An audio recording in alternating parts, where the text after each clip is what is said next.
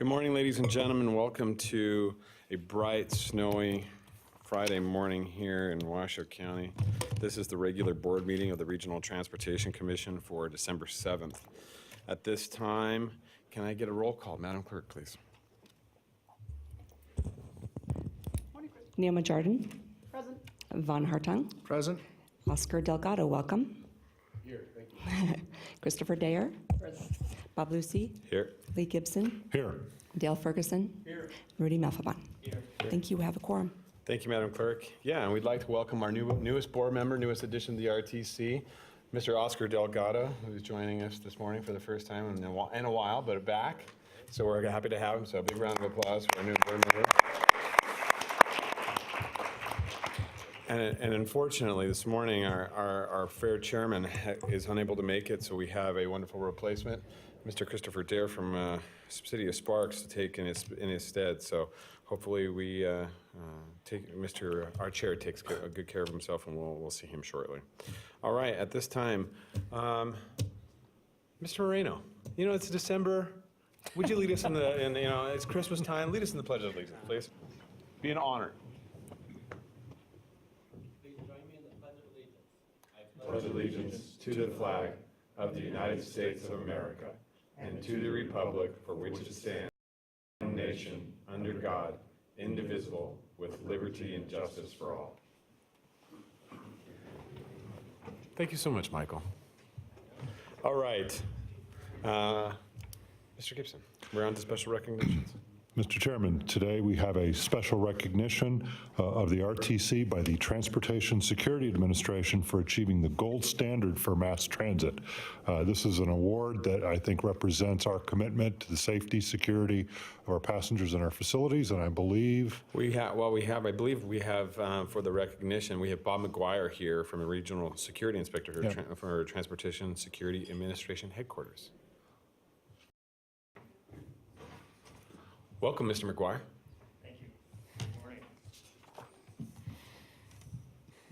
Good morning to the board, to the guests. I'd like to thank Chief Executive Officer Lee Gibson for inviting us, and Robert for having us. And I'd like to recognize our Assistant Federal Security Director for Inspections for the state of Nevada. He's out of Las Vegas, Robert Rowland, and the TSI, Transportation Security Inspector, responsible for the inspection that was conducted, Steve Ackerman, who are both with me today. First, I'd like to thank you on behalf of the administrator, David Pekoski, for your great achievement here. And I'd like to read a letter that was he sent with me today to Mr. Gibson and to the rest of the board. Dear Mr. Gibson, congratulations to Regional Transportation Commission of Washoe County, RTC Washoe, for earning the 2018 Gold Standard Award. It gives me great pleasure to recognize RTC Washoe's successful efforts in establishing and maintaining a strong security program, as evidenced by the high scores on your most recent baseline assessment for security enhancement base review. The Transportation Security Administration developed BASE to support our strategic goal of increasing domain awareness, enhancing prevention and protection capabilities, and furthering response preparedness of transportation systems nationwide. BASE is a comprehensive review of your security program, focusing on 17 categories identified by the transit community as fundamental for a sound transit security program. Your system attained high scores across all categories. This caliber of performance deserves special recognition. I commend you and your organization for the commitment to hard work this level of requires, and I wish you success in maintaining the high standard of security you have demonstrated. Sincerely yours, David P. Pekoski, Administrator. I also have a plaque to be presented. It's going to come down. This is the actual award. Gold Standard Award presented to Regional Transportation Commission, RTC of Washoe County, Reno, Nevada, for achieving the highest standard of excellence in security, Baseline Assessment Security Enhancement Base Program 2018.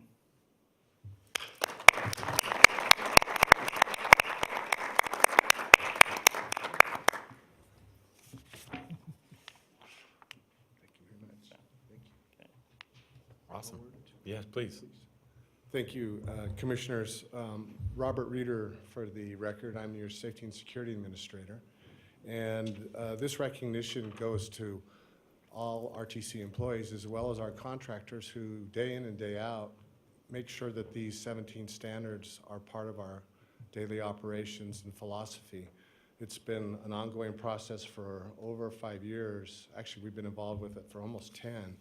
And we've been asked and encouraged by the TSA to take the next step in certification above and beyond in terms of partnership and enhancing our security stance. But I really want to give thanks to MV Transportation, Ride Right, and Allied Universal Security Services for their assistance in making this happen. Thank you. Great. Thank you, Mr. Reeder. What a great accolade. Yeah, let's take a picture if we can. So we'll have you come up here and we'll take a picture. Or do you want us to come down there, Michael? You can stay up there. Okay.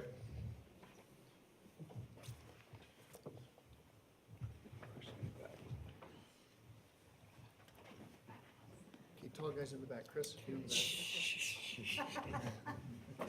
back. Don't let him pick on you like that. got picked on. Don't let him pick on you like that. Well, that's because we dress nice. You can't That's show right. how, what's these No, little we gotta thugs hide- are- we gotta the hide thugs there. in the back. Yeah, see? What are you talking about? What am I short? Actually, you're not. I know. One individual signed in at this time. I have Carlos Elizondo? Sorry, Carlos. Come on down. And if you'd like to speak under public comment and haven't signed in, we'll get you. Coming down, but come on down, Carlos. Hi, my name is Carlos, and the reason is that we can depend on your bus system schedule, because insurance drivers, they're trying to call. I call, they say, well, there's no driver for that ride. You have to wait for the next one. That's it. All right, thank you, Carlos. All right, Carlos, and maybe we'll have some staff or somebody meet up with you, have some further conversation. All right, seeing no further public comment, we're moving on. Mr. Gibson, we're on to item 3. Mr. Chairman, item 3 are the consent items. These are considered routine matters related to the business of the RTC. Staff recommends approval and believes all these items are in order for approval. Okay, nothing to be removed. Anything anybody would like to pull or have any further discussion about? Seeing none, looking for a motion to approve. So moved. Have a motion? Second. I have a motion by Mrs. Jardine, second by Mr. Hartung. All those in favor signify by saying aye. Aye. All those opposed? Motion carries unanimously. All right, Mr. Chair, we are on to 4.1, Director's Report. Mr. Chairman, first off, I'd like to offer my welcome of our new commissioner, Reno Councilman Oscar Delgado. I've known Oscar since he was elected to the City Council. He has been a positive and effective force in promoting the quality of life of our community, and we're looking forward to working with him as we develop our plans, programs, and administer our services. And he does come very familiar, especially with some of our projects such as Virginia Street, the Center Street Bike Alternatives Analysis, and of course the Audie Wells Project. By education, I believe you have a master's in urban planning and a master's in social work from the University of Michigan. So Mr. Jickling, you now have a fellow Wolverine to commiserate with. And Let's not get carried away. Okay. yeah, you two behave yourself. So anyway, next I'd like to highlight that next Friday, 11 a.m., we will be at the El Rancho Rapid bus station over in 4th Prater. We are going to finally open the Lincoln Line, and I say finally, which degree of note. We are ahead of schedule and under budget. The FTA has told me this is the first small stars project ever to achieve that distinction. We will celebrate, we will have a good time, hopefully the weather cooperates, and we will also mark, are you ready for this, the milestone of 40 years of public transportation and 30 years of paratransit services in our community, as well as the addition of 17 brand new electric buses to our fleet.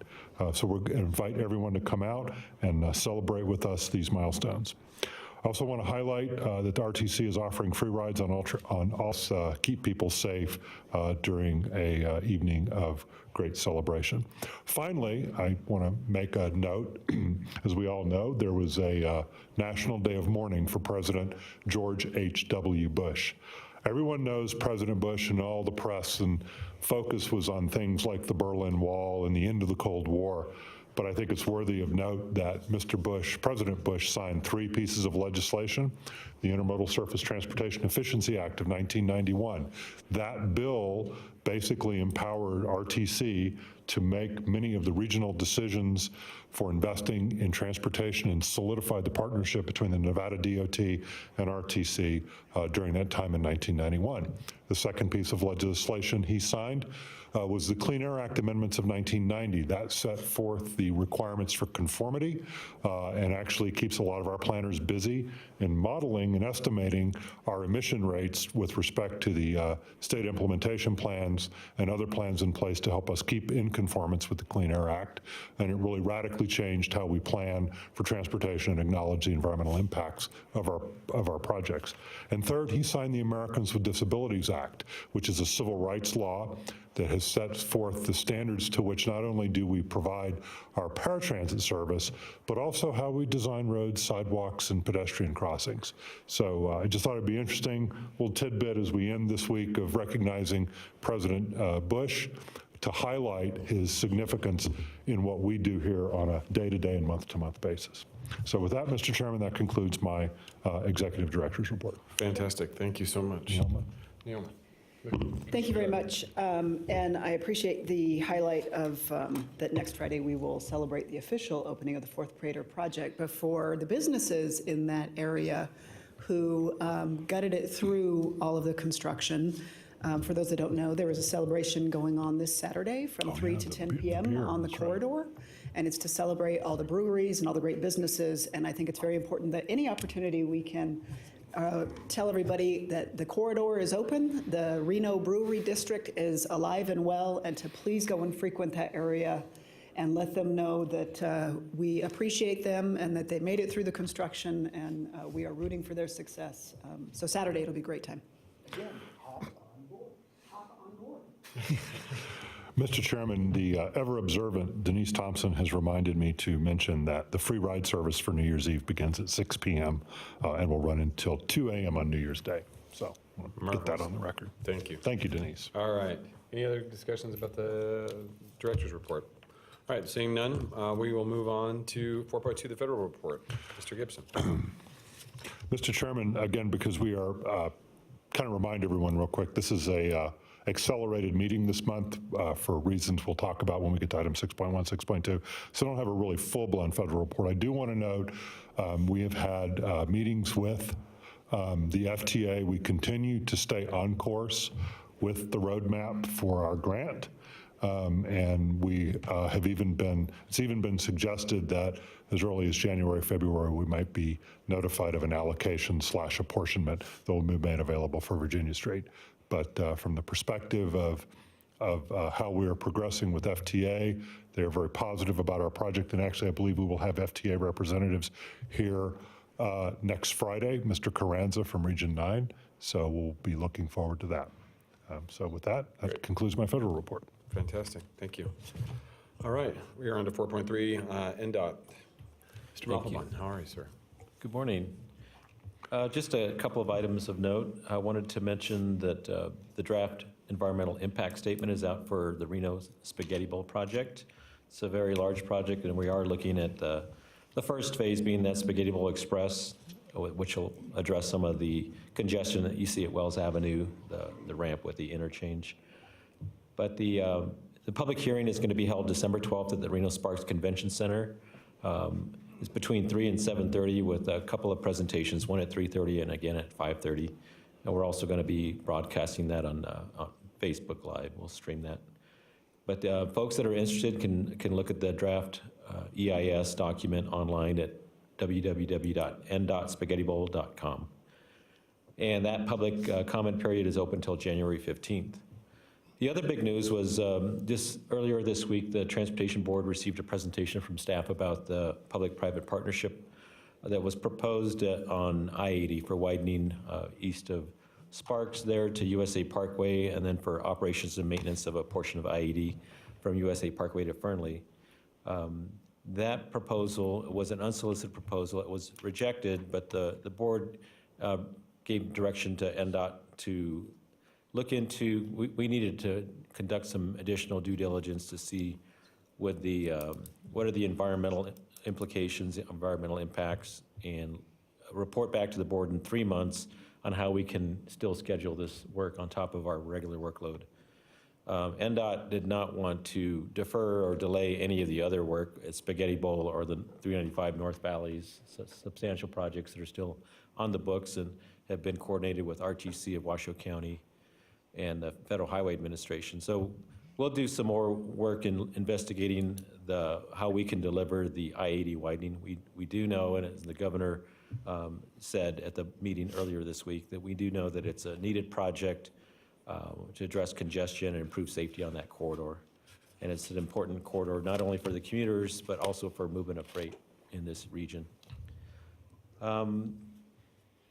We are under a continuing resolution that was extended a couple weeks. Today was the expiration date of the original temporary extension from the feds, from Congress.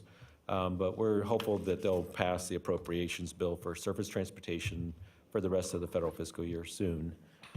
Fingers crossed, but if it goes into January, we're still hopeful that it'll address along with some other areas of appropriations, it'll address the rest of the federal fiscal year.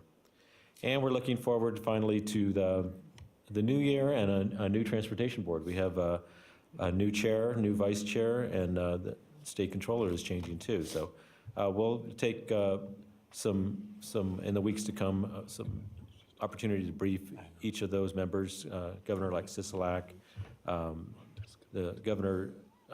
Lieutenant Governor-elect Kate Marshall, and the Nevada State Controller-elect Catherine Byrne. Thanks. Any questions? None. Actually, Commissioner Harton. Thank you, Mr. Chairman. Mr. Malfabon, you talked about the widening or the improving of I-80 East. What was the dollar figure that came back on the unsolicited proposal? Can you share that? So yes, that was public. What we did was calculate it back in terms of net present value, and it was about $770 million approximately. And then the value, if we had done it as a project with traditional bonding, was substantially lower, about $450 million. Now, obviously, with the P3, they have some other value that they provide, but we felt that the big difference is in the ability to fund it through bonding. We get a lower interest rate. That saves us some money. And performing it with our maintenance folks versus a private sector cost for that maintenance efforts, we might approach things differently. We have to have performance requirements on how often they have to go out there and overlay the road, for instance. And we might defer it or do it sooner, depending on the condition of the road. So there are some differences, and that was the major issue was the difference in cost. We felt that we could deliver it through a traditional design build process with bonding, similar to what we've done in other projects. So we'll call it 500 million, just even numbers, if NDOT does it. Does that only get us to USA Parkway, or will that take us all the way to Fernley? That would be widening to USA Parkway. USA Parkway only, yeah. I'm hopeful, and I don't disagree that it's needed, but I'm hopeful that for the same amount of money that NDOT will continue to look at other options that can solve the problem a little more quickly. Is there a timeline on this for NDOT? I mean, what would you guys think? So the board asked us to come back in about 3 months to identify what would be the the timeline that's recommended. And also, we feel that we need to look at what are the other projects that maybe have a higher priority. Yes. Whether it's addressing a choke point on the freeway system here in the urban area, or other areas that we're seeing growth and seeing some of those safety issues and traffic congestion issues.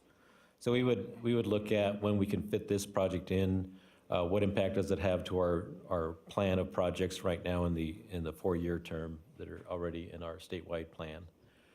So there's a lot of work to do still to identify, but we definitely concur that it is needed. What are the other priorities in this region and around the state? And try to craft a plan that we can propose to the Transportation Board next year on how to pursue this project. And I would be also hopeful that, that NDOT would be a participant in a regional solution for transit. I think we could eliminate a lot of ADTs going out there just by offering a different way to get there.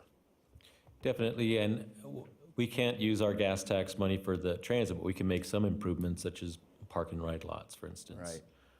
We can look at those, and we can also participate in studies. I'm still Look hopeful at for that. light rail. We did point out to our Transportation Board that we have some improvements coming for more signals at the interchange that will improve safety and move the traffic through that interchange at USA Parkway and I-80 quicker. Some additional storage capacity will be added to I-80 as we build a more of a widening in approaching the interchange, so that you'll have some of that backup that occurs now will have an additional lane to get into, so they can safely get off of the freeway and onto USA Parkway. Yeah, that's a good idea. And a couple more questions, if I may, Mr. Chairman. What's the funding mechanism that you use to bond that with? So we pledge our state fuel tax revenue when we bond. Typically, we pay ourselves back using the federal revenue. Right now, it's about, our debt service right now is about $70 million a year. So it's substantial, but we have a conservative debt policy of 3 times coverage for our debt. And we have, in future years, there's one series of bonds that gets paid off in a couple of years. So that gives us some additional capacity. We did, in our biennial budget request that's going to be submitted to the legislature next year, had $150 million for the biennium of anticipated bonding. A large portion of that is anticipated for the Spaghetti Bowl Express project. But some of it is also for some projects in Las Vegas. Well, and some of the stuff out east, Mr. Malfabon, I would hope that NDOT would look at potentially creating a similar mechanism that we use here in Washoe County, a RIF program, where impact fees are paid by the companies that are creating the impact, which is only fair. It's really not fair for the general public, and especially for, just statewide to address. And I recognize the jobs, I recognize how it's all created, but in Washoe County, if they had landed here, they would have been paying regional road impact fees. So It's an it's interesting something that concept. is, We definitely do not have a BDR to suggest that in the legislature, but it's something that probably will come up during the legislative session. great, thank you. One more question on Pyramid and on Mount Rose Highway. How far are we along on the acceleration lane from the Shawn Eva Hall Road to West Calle de la Plata, Mr. Malfabon? I know it's been in plans. Yes, I know that staff are working on that. We're going to do a separate agreement with the material supplier because they offered to Wonderful. Thank offset you. some of those costs. Yes. We'll just do a trade by a separate agreement for some materials that maintenance can use. Perfect. But our staff I don't have a specific schedule, but I can get that to you.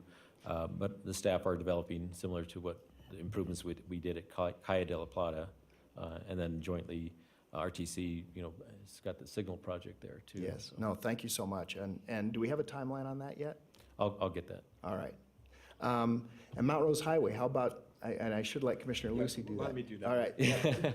Okay. Commissioner Jarb. Thank you very much. Mr. Malfron, thank you for the update.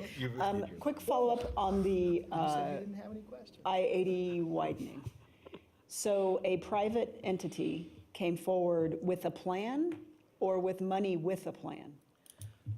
There was no money. What the unsolicited proposal was about was they offered to build it for a certain price, and then we would make what are called availability payments for 32 years once it's in service. The availability payments, since it's not associated with a toll or anything, it's out of our normal gas tax, fuel tax revenues to pay them back each year. By state statute, what the department can do with an unsolicited proposal, they can accept it, or they can basically reject it and go out for competitive bids, or reject it. And the board rejected it and asked the department to come back with some additional information in 3 months. Okay. Are you at liberty to say who it was? It was a company that it was Road and Highway Builders as a consortium with some other companies that they'd have to look at I don't know who was the company that was providing some of the financials, but it was a separate corporate entity that was proposing it as an LLC. Okay, so like a single company out at Trick or a coalition? No, they did ask some of if there was interest for private money from some of the companies out there, but they could not get that together in their proposal, so it wasn't offered. Okay. I was hopeful that maybe a coalition had been formed. I just know that this board, in my 6-7 years on the council, has never had a coalition of those businesses approach us on how to mutually solve the transportation issues. So I was encouraged, but now I'm not encouraged. Thank you. Commissioner Dare. So I just want to make sure I get this clear. So Story County at this point has no responsibility for the taxes they collect to help with that? The county was not involved in this proposal with funding it. Neither were some of the private companies out there or the developer of the industrial center. So that was one of the things that we felt where there wasn't skin in the game from some of the others that could benefit from it. Obviously, a lot of folks that travel the I-80 corridor are not all commuters going to the industrial center, but we felt that would have been more favorable for consideration if there was some other money besides what's expected from NDOT to pay that back over, 3 decades. With that said, so as of now, the businesses are talking about it, but they're not talking about giving any money. They're talking about asking you to do it and pay them back. And then the county's saying they have no responsibility. So my question is, we know what it causes right there in Sparks on a regular, daily basis at this point. How do we put pressure on that? How do we get a BDR? How do we do something? Because it can't wait 4 years. The businesses that are talking about going there, that's a recipe for disaster that's already in place. So how do we put pressure on something that everyone's just kind of shrugging? But every day, it's continuing to get worse and worse. I just went to Edon last night. How many new businesses opened up? 28 new businesses. 28 new just in that. And so I think 12 of them are from right in that area. So that's another 400 jobs, I think, 500 jobs. So you can't keep doing this without expecting, not you, but at large, you didn't do this. You're off the hook. But No, blame Rudy. yeah, okay, you did this. but to sit back and keep saying, well, we just don't know. I mean, how do we put pressure, truly? How do we put pressure on these guys to do something? Or is that all legislation? I think it's a combination of the elected leaders, not only at the county, various county levels, but at the city level. I do believe that there's the need out there, but NDOT wants to be at the table as a partner to build infrastructure, but we also have to look at the needs throughout the state and in this region specifically. It's not easy for us to add in something that large and expensive without affecting some of the projects that we already have planned. So I think that we want to be involved in the discussions. Obviously, at the planning level, we feel that is regional issues that we want to partner with those discussions at the planning level, so that eventually it turns out to be a project improvement that's included in this agencies or the RTC's plan, and then ultimately adopt it into the statewide plan.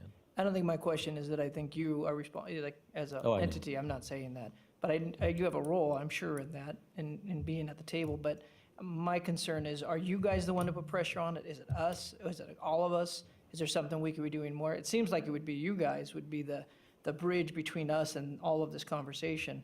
But it doesn't sound like, and I would say this is on you, it doesn't sound like you guys are putting that pressure on those places, or am I wrong? I think that we ultimately would make the improvements, but it is a situation where you have the planning organization here in Washoe County that's impacted by another counties that they have, they don't have the responsibility of planning for Story County, obviously, at the RTC or Washoe County. I think it's everybody having to work together to resolve and come up with a solution. But funding is ultimately the big hurdle. The EDON was supportive of this public-private partnership, the proposal, but nobody was bringing in any other money. It was basically, NDOT, we love this idea, you pay for it. So ultimately, we couldn't fit it in without some other further due diligence and looking at prioritization of other projects in the region. Thank you. All right, Commissioner Jordan. Thank you very much, and I will be brief. And I do recall, and again, and I've said it on the record before, we want to work with Story County, not against them. We want to be talking with them, not at them, sort of thing. But my level of frustration is, I think when we had our 2030 transportation plan, I don't know if I have the right word, and we had the big event at the Innovation Center, and there was a representative from Story County that stood up and said, yes, we need all these things. And I said, okay, well, is there a coalition of businesses, and who's the head of that, so we can kind of begin these conversations to get the ball moving, because we're not going to do it alone, and DOT's not going to do it alone, and frankly, the members of Washoe County shouldn't shoulder it, in my opinion. So we needed to have that dialogue, and nothing has ever happened. Is there who's the head out there? Who do we even start those conversations with? Because I never know who the, If we don't know, who's a point person for everything. And it may be related to water. It may be related to transportation. And we had that conversation years ago, and it's like, is it that they're not coalesced, or that we're not talking to the right person? From my opinion, there's, and not to interject, but there's really not a coalition. They haven't really coalesced any kind of organization out there, because from a government standpoint, from a county government standpoint, it's so transitional out there, and realistically, it kind of they're going through a lot of changes out there. The businesses have never really, joined together to find any kind of leadership out there. It's just kind of been a hodgepodge of, Sondra wants to chime in here. Sondra.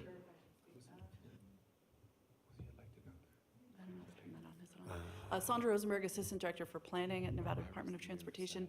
I do want to mention, this isn't going to solve all of these issues, but we are leading a transit study, sort of a commuting option study around the Tri-Center and several counties that help supply, the employees that work there. And as part of that, I heard from my staff who's leading that effort that the businesses are starting to talk about creating an organization to work together to find some transit options. So we're helping to facilitate that conversation. I know the RTC staff is participating in that, as well as Story County and some of the other counties around there. So that conversation is happening. Yes, it's not happening soon enough. As Rudy said, we don't have a funding source that can necessarily fund that transit solution, but we can help those conversations and maybe help identify some potential solutions on that side of things. In addition, there's a corridor study going on to identify some near-term improvements that will help out a little bit while we figure out how to fund the larger improvements. So I did want to say that we are working with the surrounding counties, including Story, including Washoe, because it does have to be a regional solution. Thank you very much, and I appreciate that. And my final comments are, again, to Mr. Malfabon. Thank you very much for putting on the record that any improvements in that corridor will not influence or supersede the Spaghetti Bowl nor the 395 improvements. That I appreciate you putting that on the record, because there has been some fear that the push for that would suck some of the money away from the needed improvements in our region. So thank you. Mr. Chair, if I may just add a couple of points on the Story County issue. I do believe they've created an RTC in Story County. I am still curious as to whether they have a gas tax in place. I think they have a small gas tax in place. I think the challenge is, I think there's, 3 gas stations in Story County? So they're not going to generate a large absolute dollar amount of cash through their RTC. And secondly, Clark and Washoe counties are the only 2 counties in the state with index fuel taxes. The other rural counties did not adopt such a plan, so they're still relying on NDOT funds that flow from the state for their big projects. On the RTC matter in Story County, I do know they don't have any funding source for public transportation. That would come through a countywide sales tax that would have to be voted on. So while Story County has put in place the institutional organization, they still have a funding need and a need to implement funding sources through votes of the people, and I don't think they're quite there yet. All right. Commissioner Hartung, Commissioner, all right. Well, I'll keep my comments brief. First of all, Rudy, I want to thank you for having your staff available for the meeting we had on Wednesday evening at the South Valleys Library to talk about the Mountain Rose Corridor. We had members of quite a few of your staff from NDOT there, very informative. We had staff from Washoe County Sheriff's Office, and then also Nevada Department of Public Safety, NHP officers were there as well, talking about enforcement. Once again, I opened the meeting and then left because I felt that more of the meeting was more about information and data collection and being as informative for those residents out there about what the processes are and how the subject matter experts got to the decisions that they did. So I want to thank you for helping me organize that. That was very productive. The road safety assessment was fantastic. I think we still have some subsequent conversations and meetings to follow up to continue to address the concerns out in that area. But as we've seen, obviously, and just with the snowstorm the other day, all of our roads, especially the Spaghetti Bowl, even though, we have challenges throughout the region, the Spaghetti Bowl still is very, very challenging to maneuver. Snow on Monday or Wednesday morning was challenging for a lot of our travelers because of the accidents that were on, and we saw it in the East Truckee River Canyon coming into town, but right at the choke point, which is Spaghetti Bowl, we had lots of challenges. So hopefully we can find some resolution there. So without any further comments, no more from Mr. Malfabon, no more beatings for you today. Ask if his morale improved. Yeah, has your morale improved? Oh, good. Well, we'll have to change that next time. All right, we are going to move on to, with that, we'll close item 4. We'll move on to item 5, public transportation operations. We are on to 5.1.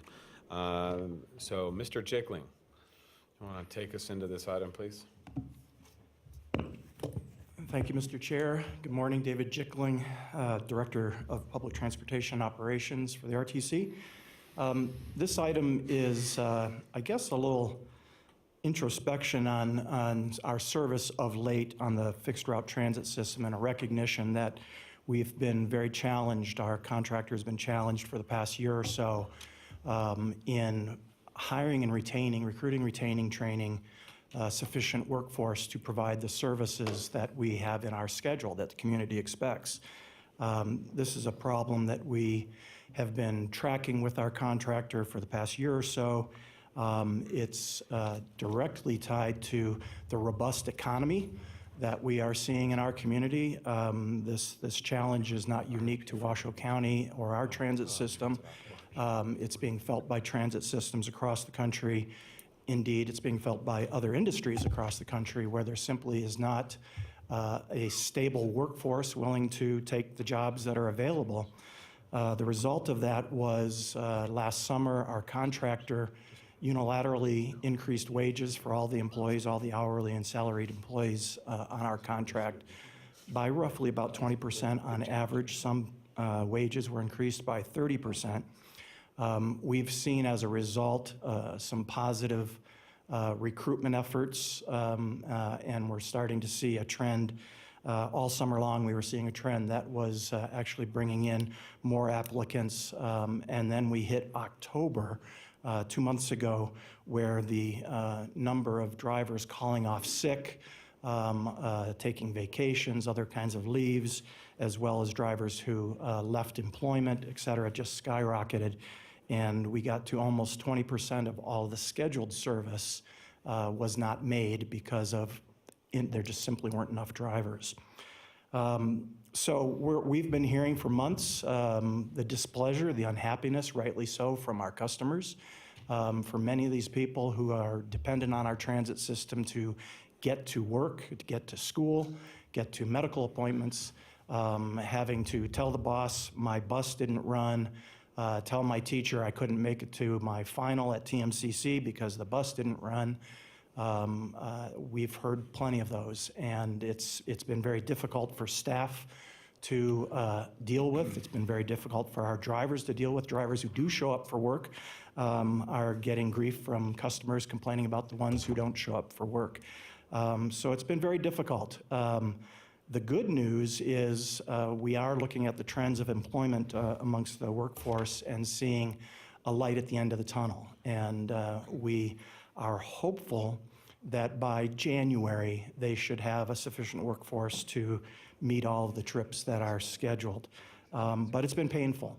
And so what we are wanting to give you an opportunity to do is to consider giving our customers who've hung in there, who have been through some of these challenges, some relief. And so the thought was, can we do something in terms of free fares for, or perhaps reduced fares for some period of time, really acknowledging this has been a pain and for you as our customer, and we thank you for hanging in there, and here's a gesture of our goodwill to try and assist during these holidays or this period.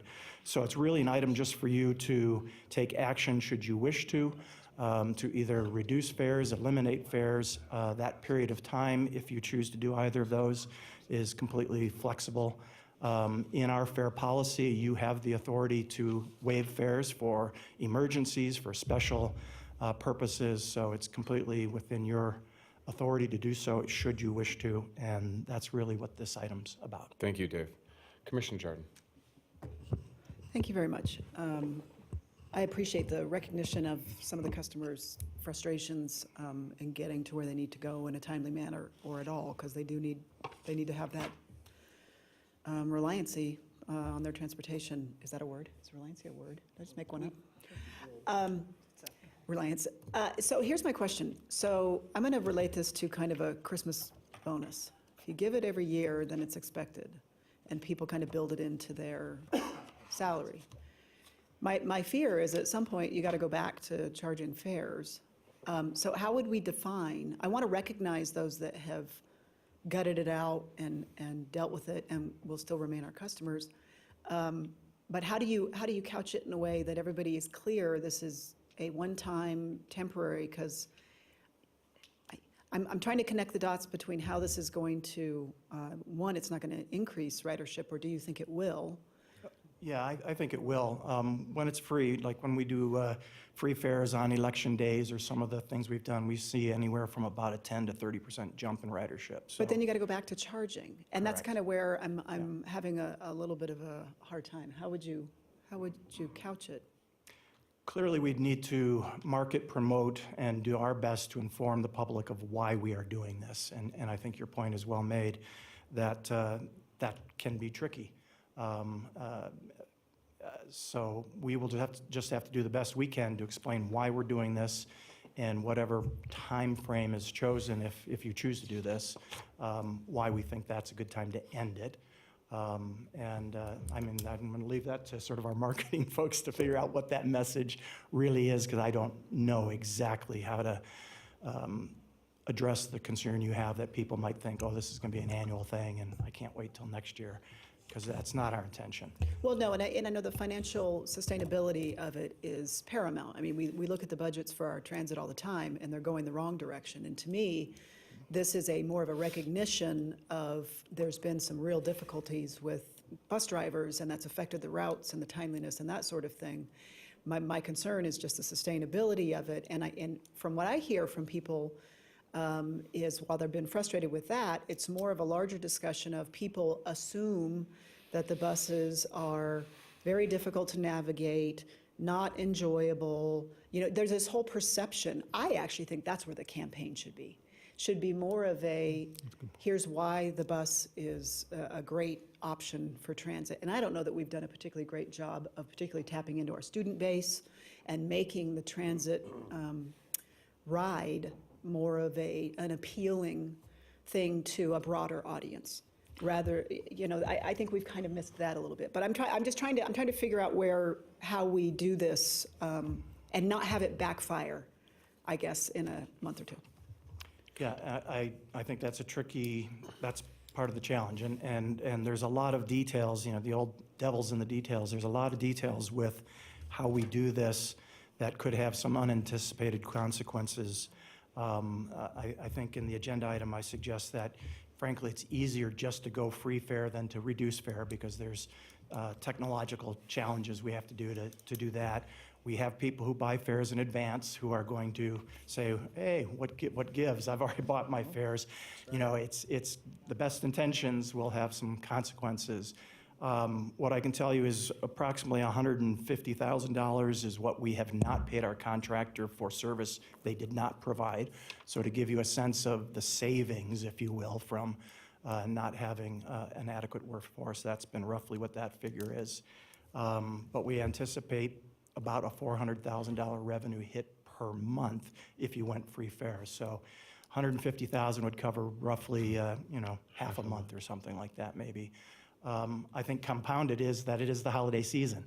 And so if we were having this discussion in June or July, people might not equate it to holiday and all that. So that's a challenge. Thank you, Commissioner Jordan. Executive Director.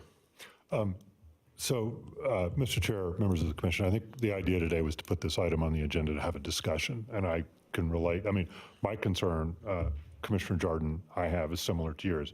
Put this out there, you're going to have an expectation generated. When we go back to fares, we have a problem.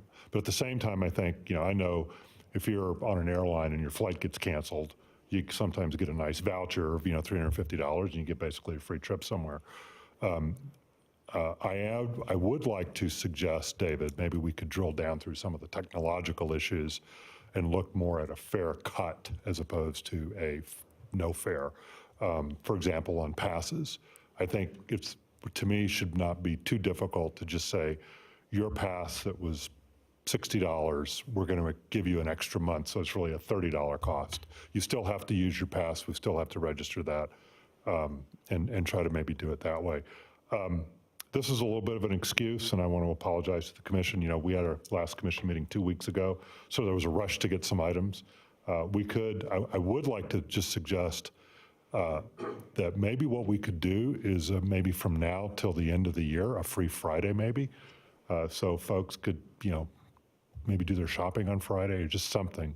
I just feel that personally, having talked to a number of our customers, there's some consideration financially we have to give them. They've suffered through some pretty significant delays and difficulties. I was there with David when I talked to the TMCC student who missed a final because the bus didn't show up. No, that's just unacceptable. You know, this poor guy has got to take his final. I think he did get to take the final though. But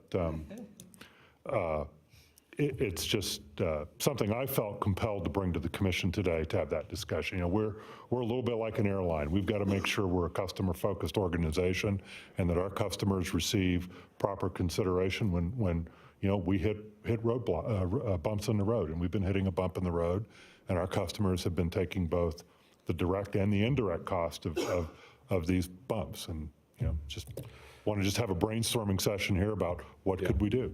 And I think that, you know, and just briefly, and Commissioner Hart, I'll come to you in just 1 second. You know, I agree. We've had these challenges. I've had those phone calls with you where people have been sitting in a dark bus station waiting for a bus that never comes.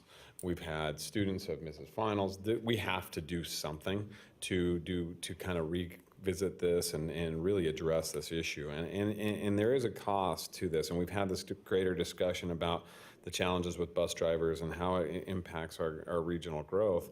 And it also impacts our tourism in our area. You know, there's this perception, as Commissioner Jardin pointed out, that it's challenging to ride a bus. It's not clean, it's not excited, you know, the ridership is different, you know, and then we're missing schedules, so it's not consistent. I mean, all the things that a bus should be, our system seems to be lacking in the recent months. So there has to be something we do, whether that's, and I'm all for suspending the fare, and I'll tell you why I'm for suspending the fare.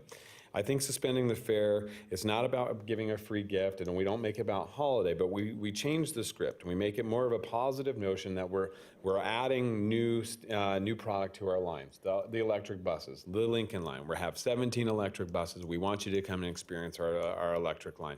We make it more about incentivizing the ridership to try to visit a new experience on RTC, that we're going to take a minute, we're going to suspend fares, we're going to make sure that you can come and really experience what RTC, because we've made it an effort to change this into a better experience for the customer.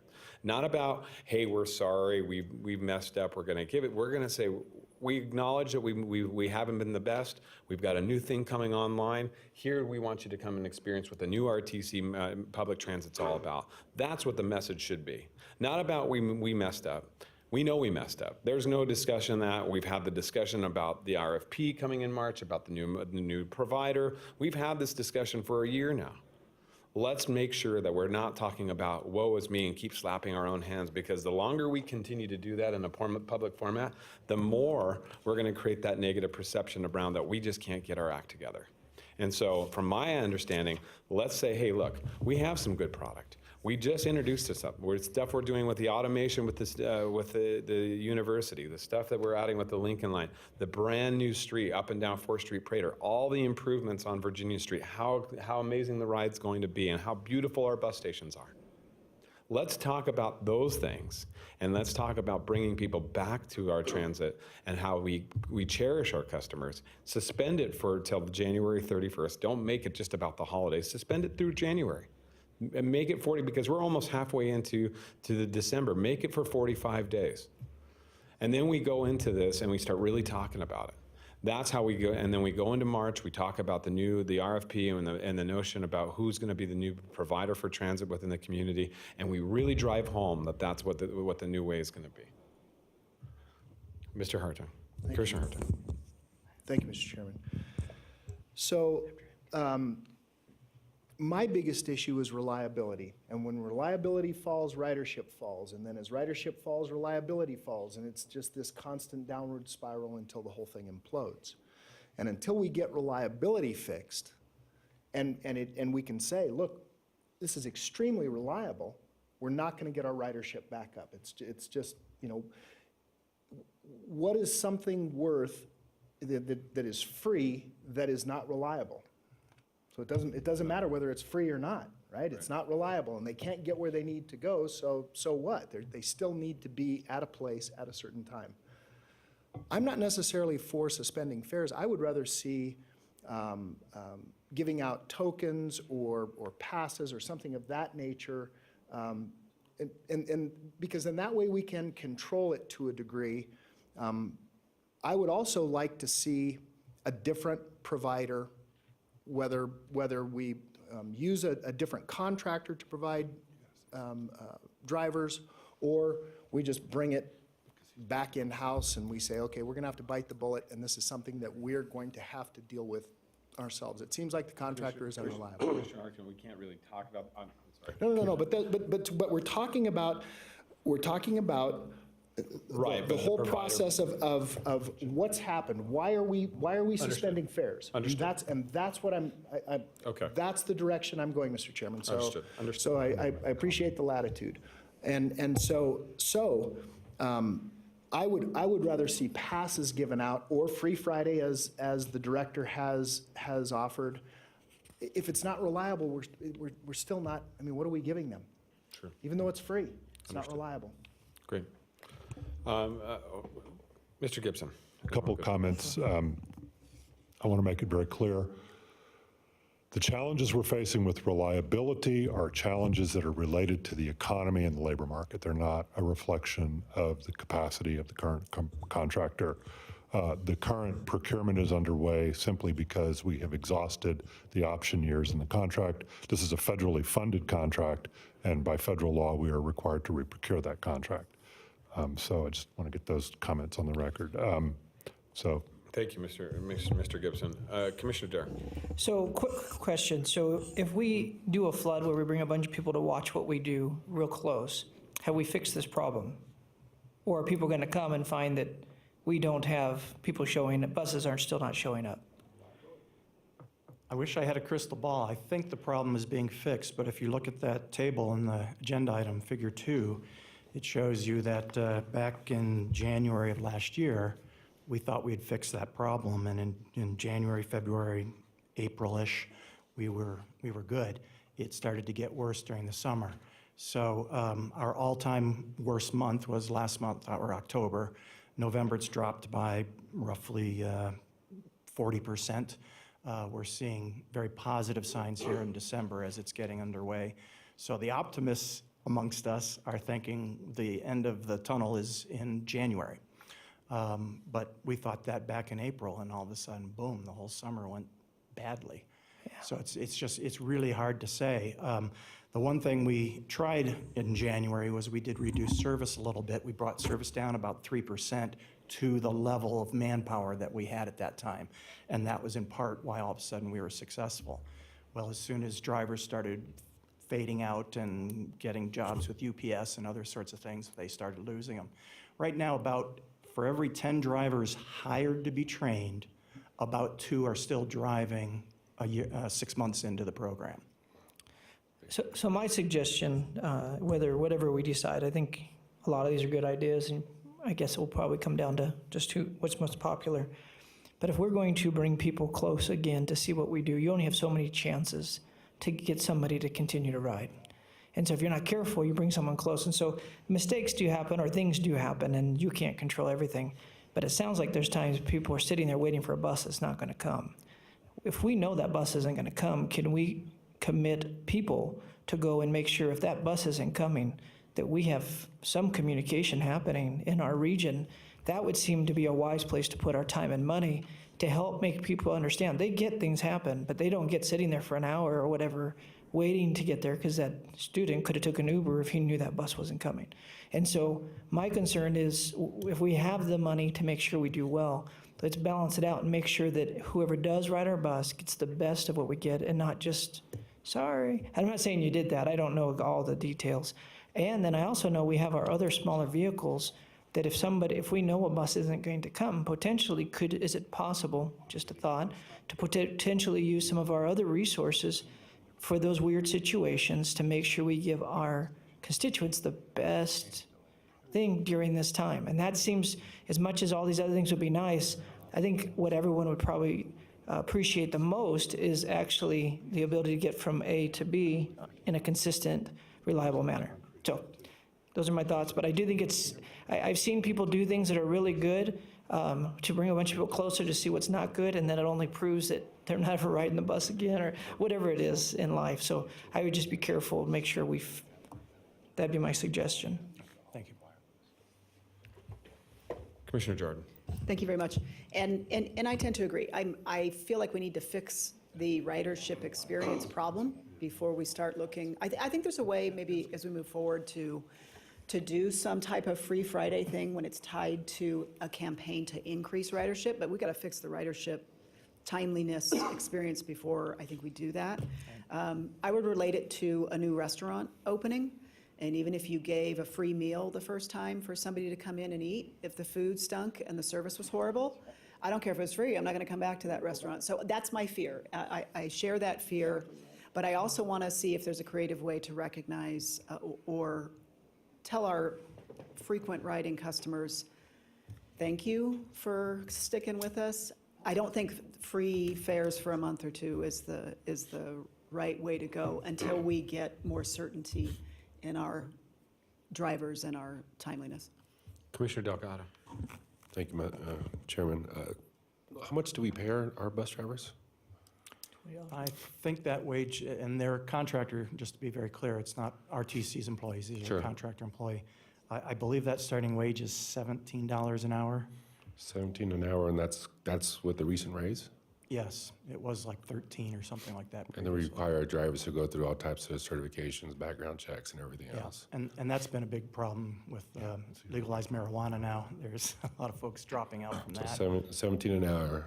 And what's their schedules like usually, typically with the contractor? Are they 40-hour employees? Are they, That 310s? kind of varies a thing? little bit, and I would love to chat with you a little bit to get you up to speed on some of these things. Sure. It gets pretty complicated there's a union involved, there's seniority involved, and generally speaking, the first drivers who are hired, the newest drivers, have pieces of work they get, the extra pieces. So a work week is not a nice, clean 8 to 5, 40-hour week. It's that's part of the challenge as well in the industry.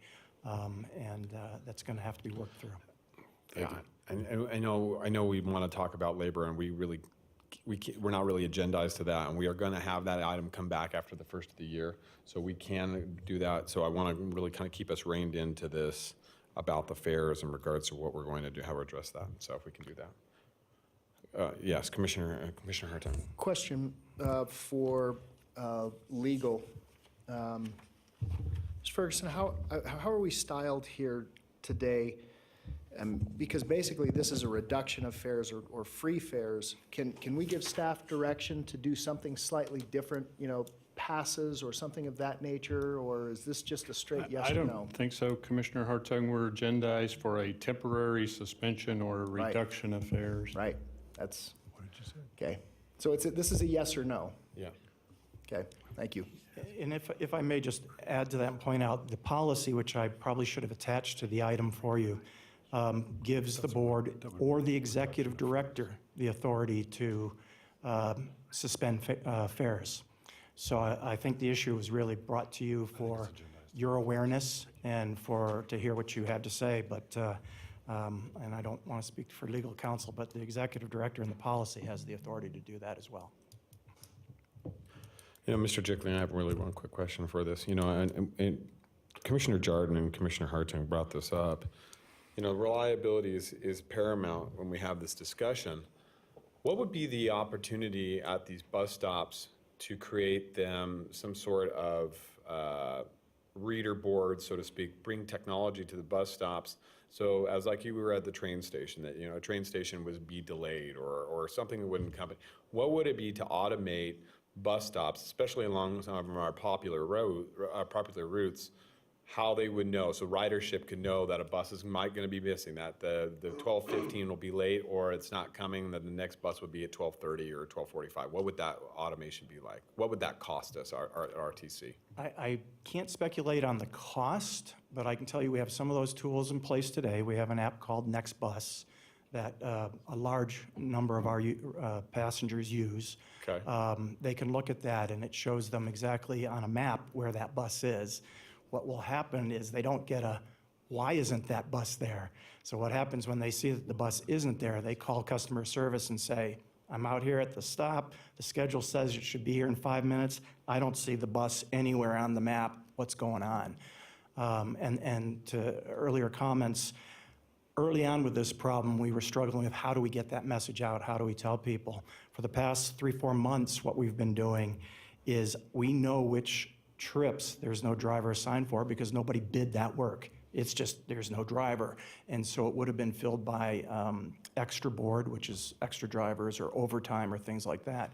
But it wasn't happening consistently. So working with MV, we identified those trips and we've been posting them a week ahead so that people know they can come to our website. We give them alerts that say, next Wednesday, the 5 o'clock Route 5 will not be operating. And so we've been trying to do that. There is messaging right now. There is some, but not to the sophistication I think that you're envisioning. But I think that's something we could aspire to.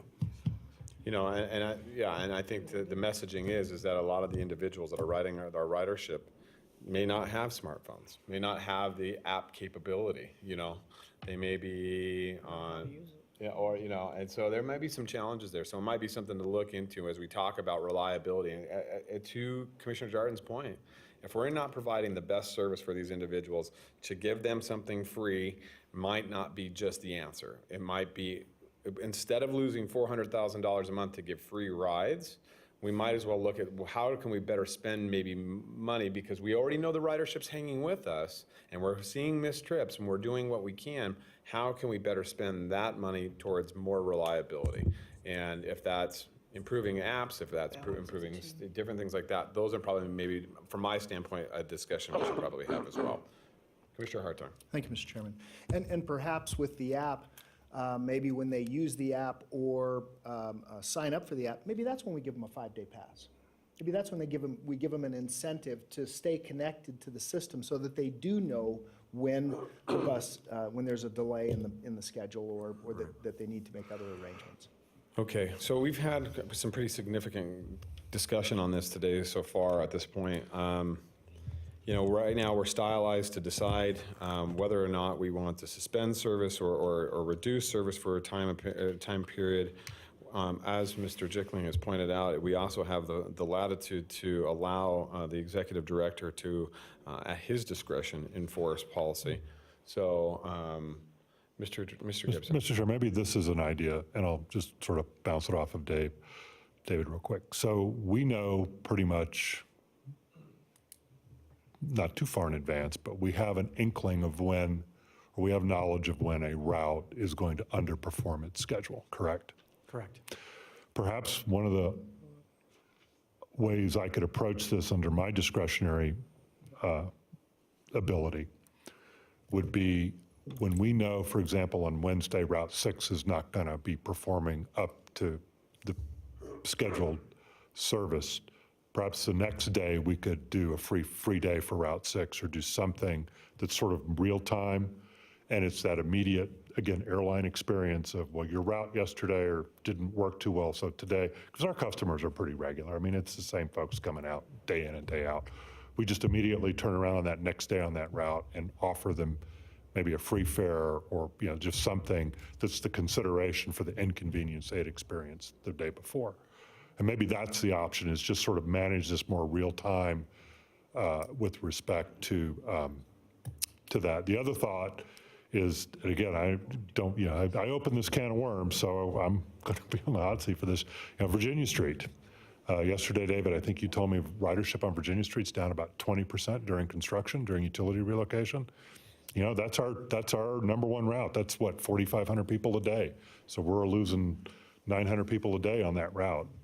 Something there maybe should be done under my discretionary ability to make sure we keep who we have left. Because let's face it, Virginia Street, it's a tough bus ride right now. It's a very difficult bus ride. It's a one-way ride south, and you're going up the parallel streets north. So, so maybe as a solution, we just kind of monitor this on a day-to-day and make some discretionary decisions, again, based on the performance of the routes. Maybe that's the way to go, instead of a blanket suspension or a free approach.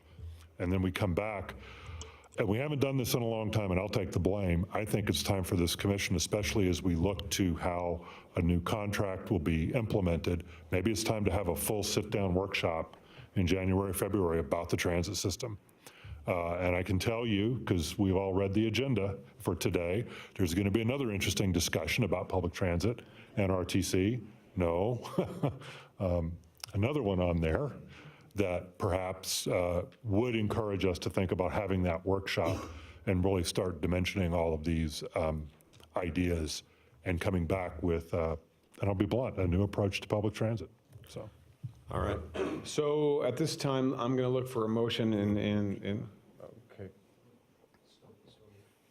One thing, if I may, Mr. Chairman, just before we do this, because Mr. Gibson was saying under his purview, he could offer free rides, and while that's a great incentive, how does that benefit someone if I've bought a 30-day pass? I was thinking about that. I'm just, just playing devil's advocate here. How does that benefit? And I, as a sidebar, I would agree, and I think there are other members on this board who would agree with this, that during construction, you bet, we either reduce fares or, let the line run for free, because, we know that we're going to get reduced ridership. And so it's not going to give us, it's not going to harm us that much. As for this, Mr. Chairman, and this will be my final comment, I'm not supportive of this in its current form. All right. Okay. All right. So do I have a motion or any direction of the board? Well, we do have direction at this point. I mean, we have a number of different options that have been Well, provided this morning. I could try a motion, I think, of what we talked about. I don't believe we're against the idea that Mr. Gibson has the ability to come in and use his understanding skill sets and what he's seeing to make determinations, whether it's construction or different areas, but I don't believe we want to go this route in the sense of that it's just a blanket thing, but giving him the discretion to make that decision, I would make that motion. And it probably leaning towards it being in need of different areas as he sees fit is what. I guess your motion then would be to not approve at this time a blanket temporary suspension or reduction of fares. Gotcha. Okay. Right. Gotcha. Right. I think we've already given Yeah, then. Yeah, so I have. I think I know what I need. So I have the motion, so I have the motion not to approve the, do I have a second? Second. I have a second by Commissioner Hartung, for motion by Commissioner Dare. All those in favor signify, oh, I'm sorry, further discussion? And I just have a question. I understand we're kind of not styled to do this today. I want to make it clear on the record that it doesn't mean we won't come back and look at other creative solutions. I don't want anybody to do a bah humbug when we leave here No, today and say, y'all said you're not getting anything for free ever, and we don't recognize that we need to improve. So I just wanted to get that on the record. My question is, if somebody has a 30-day pass and it's digitally issued, is there not a way, if someone's route gets messed up, that we can add a day on Extension. to that 30-day? Digitally, can we do that? Unfortunately, with these particular passes, we don't have the ability to add value to them, like you would on a BART card or something like that. Okay, so we'd have to figure that out. But Thank you, I people could wasn't, come to us and say, hey, I had my pass, I was supposed to ride Route 6 today, and we could issue them a 2-ride free pass or something like that. I was just hoping there was an easier, Yeah. less cumbersome way for the rider to get that credit. So anyway, thank you for clarifying that on the record. And one more thing, if I may, Mr. Chairman, and I agree with Commissioner Jordan. We're hobbled by the way that this was styled. And it didn't give us enough latitude to really make some other decisions. And so there's a little disappointment in that. I know the timeframes were tight, but that's one of the reasons why I'm not supportive, because it has hobbled us. It didn't give us the ability to really give other options. They weren't laid on the table. Mr. Chair, if I- In all fairness to staff, legal counsel often comes behind them and tries to make the agenda items as pointed as possible to. Fine. Then it is your fault, Mr. Ferguson? Yes, I'm it's okay my with fault. that. No. Mr. Chair, if I may, I think one of the things David reminded us, we'll put this in the transit monthly report that we didn't do this month because we haven't had a month since the last board meeting, is any decisions we make to provide relief for a route that has deteriorated service, we'll report that to you. And then we'll also work on, I think, because this is going to come out in the next item, I think it's time for this board to have a workshop about the public transit system. We have plans for microtransit services. It's time for us to really get prepared for how we will go into the next contract and understand the policy implications and tools we'll have available to us. Remember, the way this commission works, the way we've structured ourselves, operations is the purview of the contractor, but the policy decisions are the purview of the RTC. So with that, Mr. Chairman, I think I understand what I can do and can't do. And Perfect. David and I will Great. make an effort to do what we can. Perfect, thank you so much. All right, so right at this time, I have a motion from Commissioner Dare, second by Commissioner Hartung. All those in favor signify by saying aye. Aye. Aye. All those opposed, motion carries unanimously. Thank you, Mr. Jickling, we appreciate that. All right, we're on to, moving on to 5.2, and this is an item, Mr. Gibson, I'll let you walk us into this. Sure. Mr. Chairman, item 5.2 is to authorize the executive director to negotiate a funding agreement between the RTC, the City of Reno, and if necessary, the Downtown Reno Business Improvement District, a private Nevada nonprofit corporation, in an amount not to exceed $140,000 per year for 3 years for transit-related purposes, including ambassador services, cleaning maintenance services, enhanced police services, and other special services within a newly created business district located in the vicinity of downtown Reno. Now, before Alex Statinsky, who is our guest today, who's here, who's the executive director of that organization, I kind of want to start off with some of my comments. I need to read a disclosure. Oh, Yes, sure. we both, go ahead. Thank you very much. Before we proceed on this item, I would like to disclose on the record that I have been appointed by the City of Reno to serve as the elected representative to the board of the Downtown Reno Business Improvement District. I have no interest that could reasonably affect my ability to vote on this item, but in an excess of caution, I wanted to put this disclosure on the record. Thank you. Thank you, and I will also read the same disclosure, before we proceed with this item. I want to disclose that I have been appointed to the board for the Downtown Reno Business Improvement District by the Washoe County Commission. I have no interest that could reasonably affect my ability to vote on this item as well, but in excess of caution, we want to make sure that those disclosures are put on the public record. Okay, thank you. So, Mr. Chairman, let me make some introductory comments.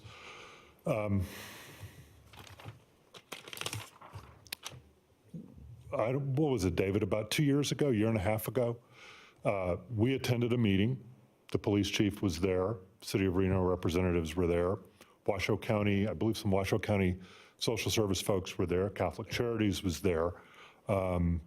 This meeting was held in our large meeting room, and I remember pointedly that Chief Soto pointed out some statistics that the RTC had the honor of being the Reno Police Department's #1 call location at 4th Street Station.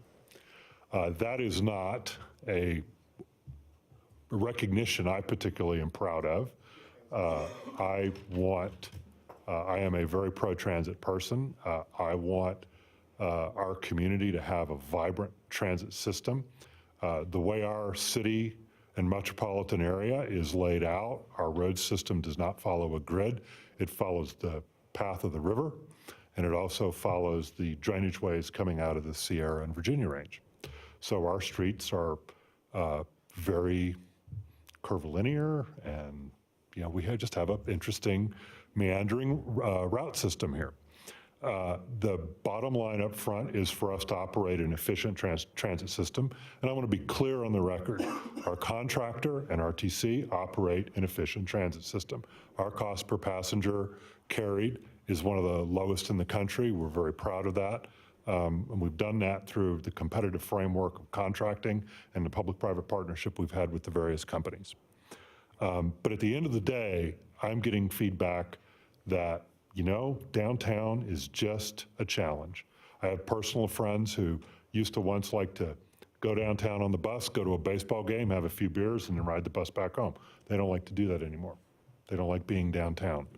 Under state law, it's my belief and interpretation we have a requirement in operating public transit to provide for a safe and secure environment. We have placed over the years, kind of since I've been here, almost $200 million worth of investments. We have $200 million in both invested and in the pipeline work right now. That's 4th Prater that will be opening next week. When I first got here, we were under construction for 4th Street Station. That's a $40 to $50 million investment. And of course, Virginia Street is going to be another significant investment, along with the electric buses and along with the 73 bus stops we have in the Business Improvement District geography. It's my belief and passion that we have an obligation to work with our partners, the City of Reno, RSCVA, the private sector, to come together and to provide for a safe environment, a socially aware environment. And I'm very proud of the Ambassador Program. I think the Ambassador Program provides a degree of social awareness and assistance that covers the range of just helping a tourist who might be a little bit lost or looking for something, to the other end of the spectrum, whereby we are helping an individual who has needs, who may have particular health needs, both mental and physical, to be able to provide the necessary assistance for that person to find their path in life. When I began interacting with a number of key city staff and others, I made it very clear that I believed RTC needed to be at the forefront of this. In fact, and David's my witness to this, we were actually thinking of just doing this ourselves. We were going to go out and hire ambassadors. We were going to put them at 4th Street Station. We were just going to take it on ourselves. And then through the city of Reno, through some of the resorts downtown, through Washoe County Social Services, Catholic Charities, it became very clear that this was going to be a partnership. So the political consensus in our community has been that the bid is the framework for that partnership. It is time for RTC to step up to the plate. I know there is a formula out there with respect to special assessments. I know we've been assigned a special assessment, but it's my belief, and I'm just telling you, this is just my belief. You can argue with me, and that's fine. But we need to be more. We need to be more than just I believe it's around $10,000. I think we came up with this 140,000, 150,000 number back when we were thinking of, how many people would we want to hire? That's a burden rate. That's going to be their salary, their benefits, et cetera. And so we came up with this number. And it's my belief that we need to make that commitment and stick by that commitment so that the Business Improvement District can move forward, that we are going to be a strong partner. I realize, Commissioner Lucy and Commissioner Jordan, the statements you've read on the record. I would also point out that you're RTC commissioners, and you both represent RTC as well as representing your base jurisdiction or your home jurisdiction. What this item does today is provides me the authority to sit down with the parties at hand, the City of Reno, which is a partner, the Downtown Management Organization, the Business Improvement District, Alex Statinsky is here today, and begin crafting that agreement to get this money invested in this organization and in these programs. We just had a discussion, a very interesting discussion, I thought a well-focused discussion on the role of fares and service. And clearly, the direction is to watch the situation and use my discretionary authority to the extent I can to make sure we are being sensitive to the needs of our passengers. This item, I think, is almost a companion item. We need to be sensitive to the physical and social environment that our passengers have to interact in. If we're not a strong financial and delivery partner in helping to deliver the ambassador services, the cleanliness and improvement of the physical environment, I just don't think we're going to be able to attract people back to the system, even if we cut fares. So today, what I'm asking you to do is just empower me to begin the discussions with Alex, and I think Jeff's in the audience, and let's get that agreement, let's get those metrics, and let's make the commitment to downtown. And I also want to make one other point, because next Friday, we're all going to be in a good mood, because it's going to be the opening of the Lincoln Line, Fourth Prater. Fourth Prater connects the two downtowns. We want to, and that route, Route 11, or that corridor, is our second most heavily traveled route. I'd like to start the new year with an endeavor to make our physical environments and our social environments conducive to transit. So when we begin seeing those ridership numbers climb, they are going to be numbers that once they climb, they're going to hold their altitude, and they're going to be much greater than what they were. And hopefully we will see a return to the days when we actually have maybe some semi-crowded buses. So with that, that's the end of my speech. We have Alex Statinsky here today. I think Alex has a PowerPoint to provide you an overview of the bid. Right. And before we get started with Alex, and we have just a few comments. So Alex, before you get started, just a couple things. I'd like to start off really quickly. This is something that, and Director, Mr. Gibson is right. Commissioner Jordan and myself have been actively involved in this from the very first onset, almost a year and a half ago.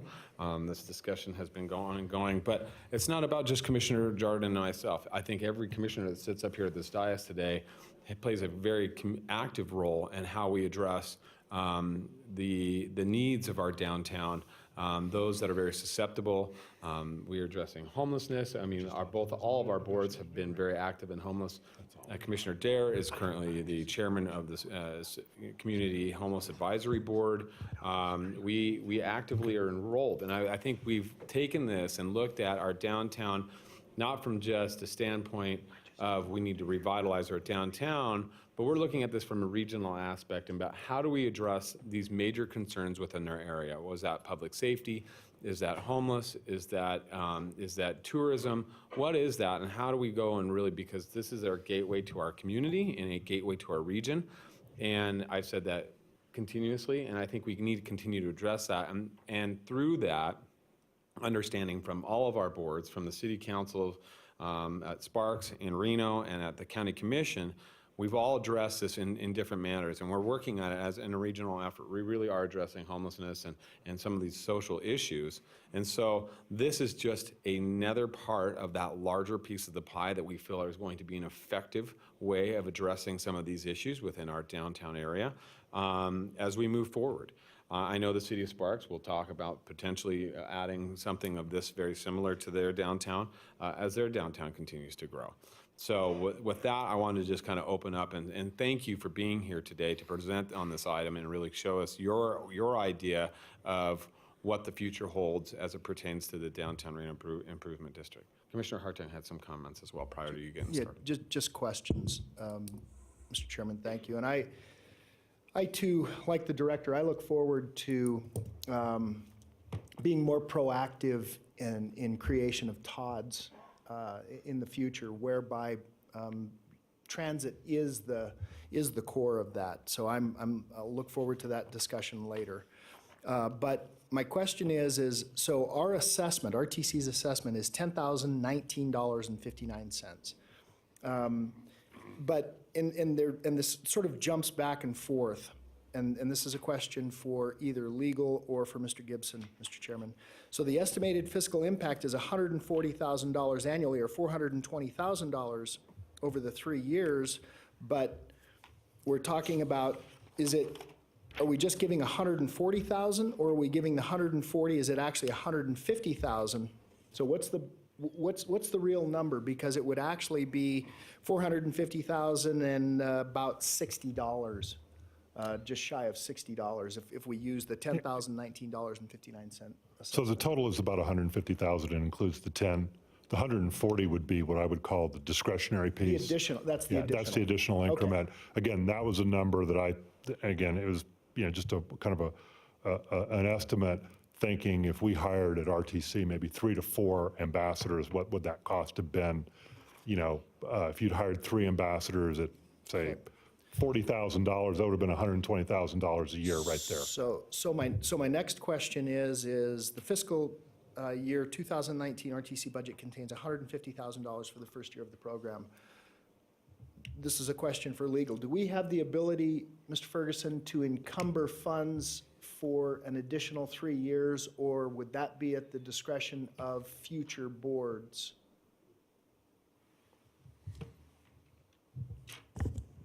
I think that would probably, because we've approved a budget for just that amount, that would be part of the approval process for a future budget.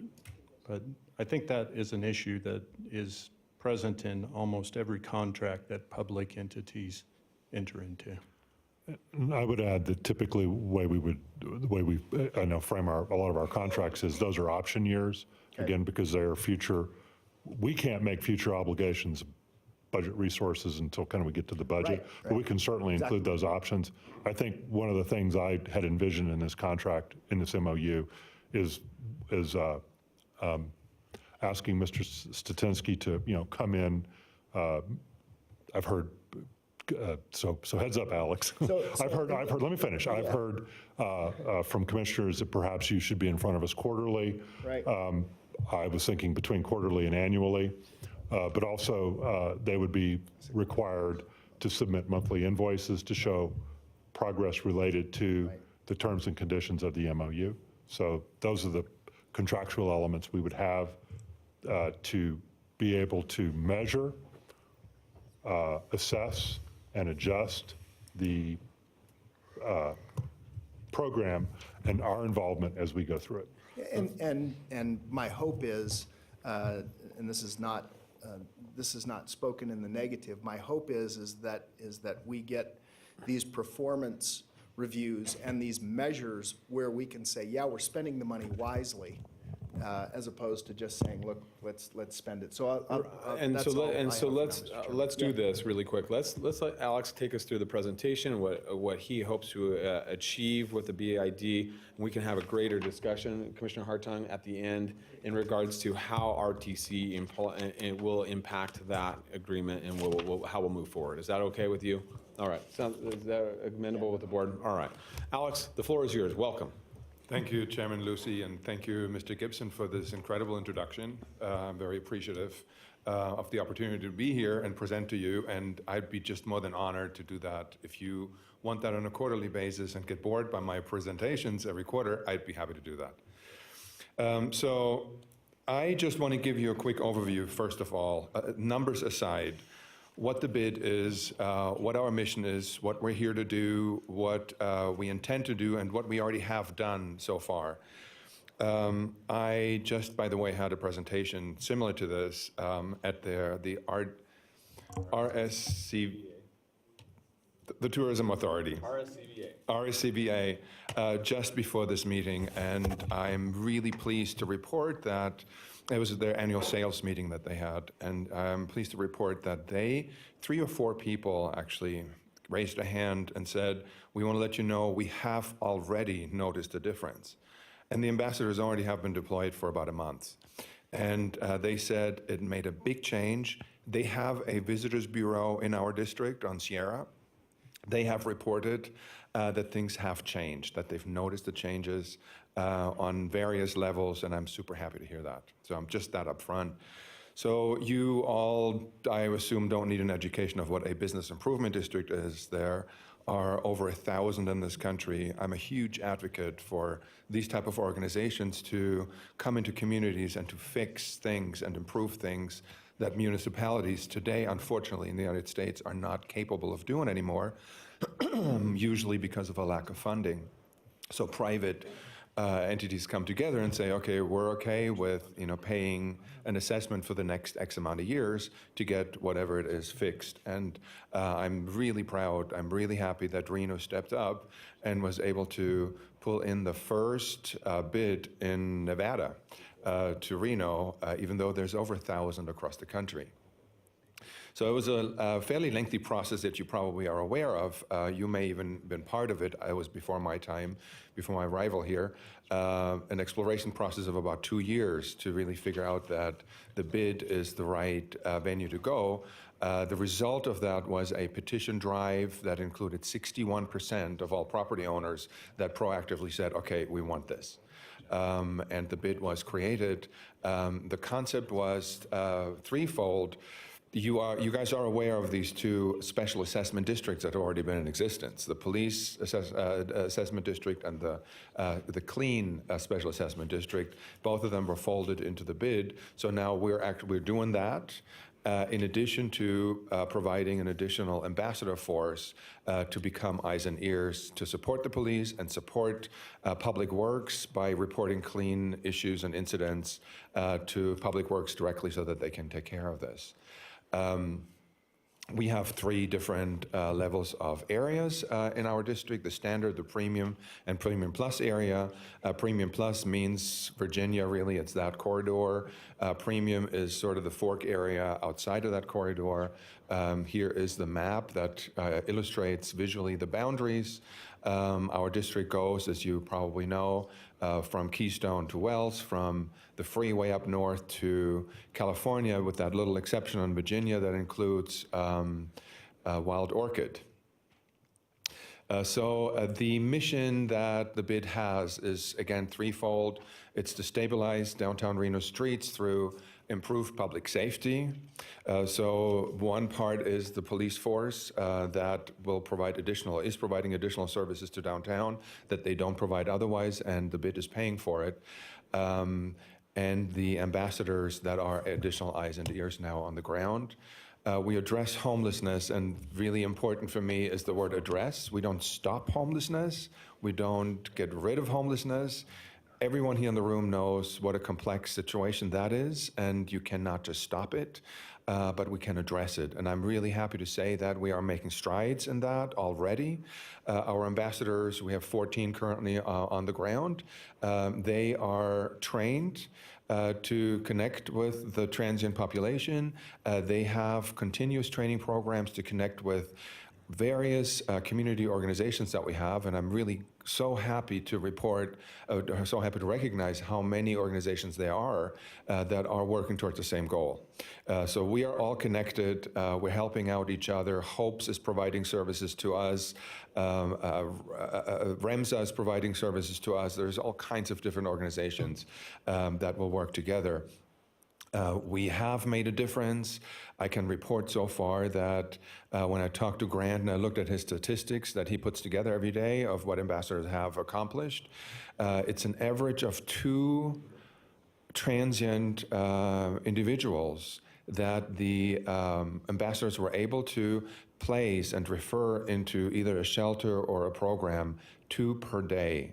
It sounds like a small number. To me, it's a gigantic number to start with.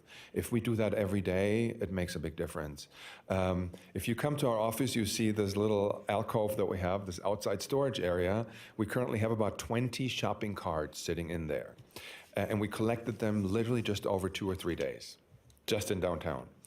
I'm telling you this for a reason. The ambassadors are not just here to address homelessness. They're not just here to be additional eyes and ears to the police force. They're actually here to change the culture of downtown overall.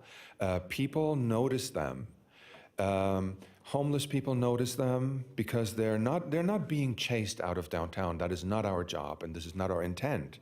We want to make sure that we connect with them. We want to make sure that they understand that they're taken care of. So there's somebody here that looks after them, that constantly adds suggestions for services that they can use to go to a shelter. We accompany them to a shelter if they're intimidated.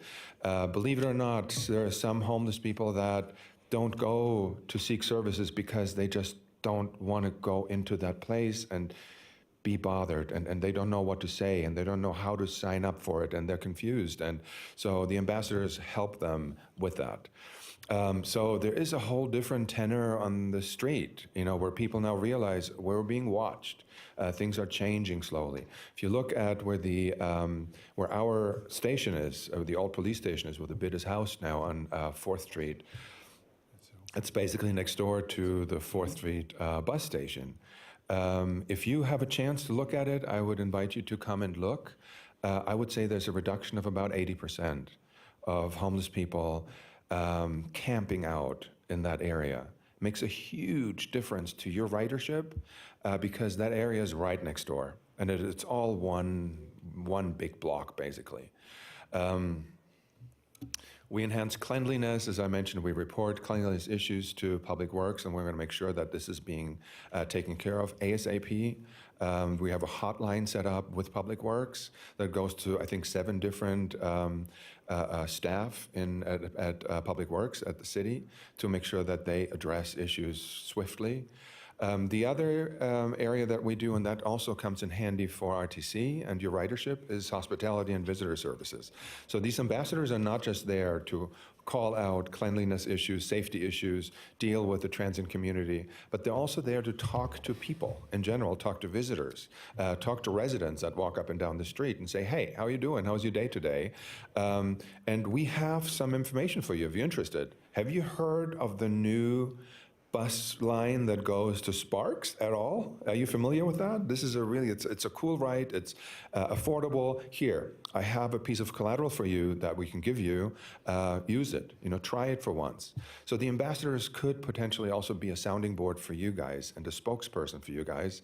My wheels were spinning when you were presenting to see whether there's something we could potentially do, but I just don't think we have enough ambassadors quite yet, so that the ambassadors actually could go and visit the stations, the various bus stops, at least on the main arteries. And if they were informed somehow that a bus is not running, and they know about it, they could potentially inform people that are waiting at the bus station and personally tell them, by the way, so-and-so, the bus that's scheduled for, I don't know, 5:30 in the evening is not running today.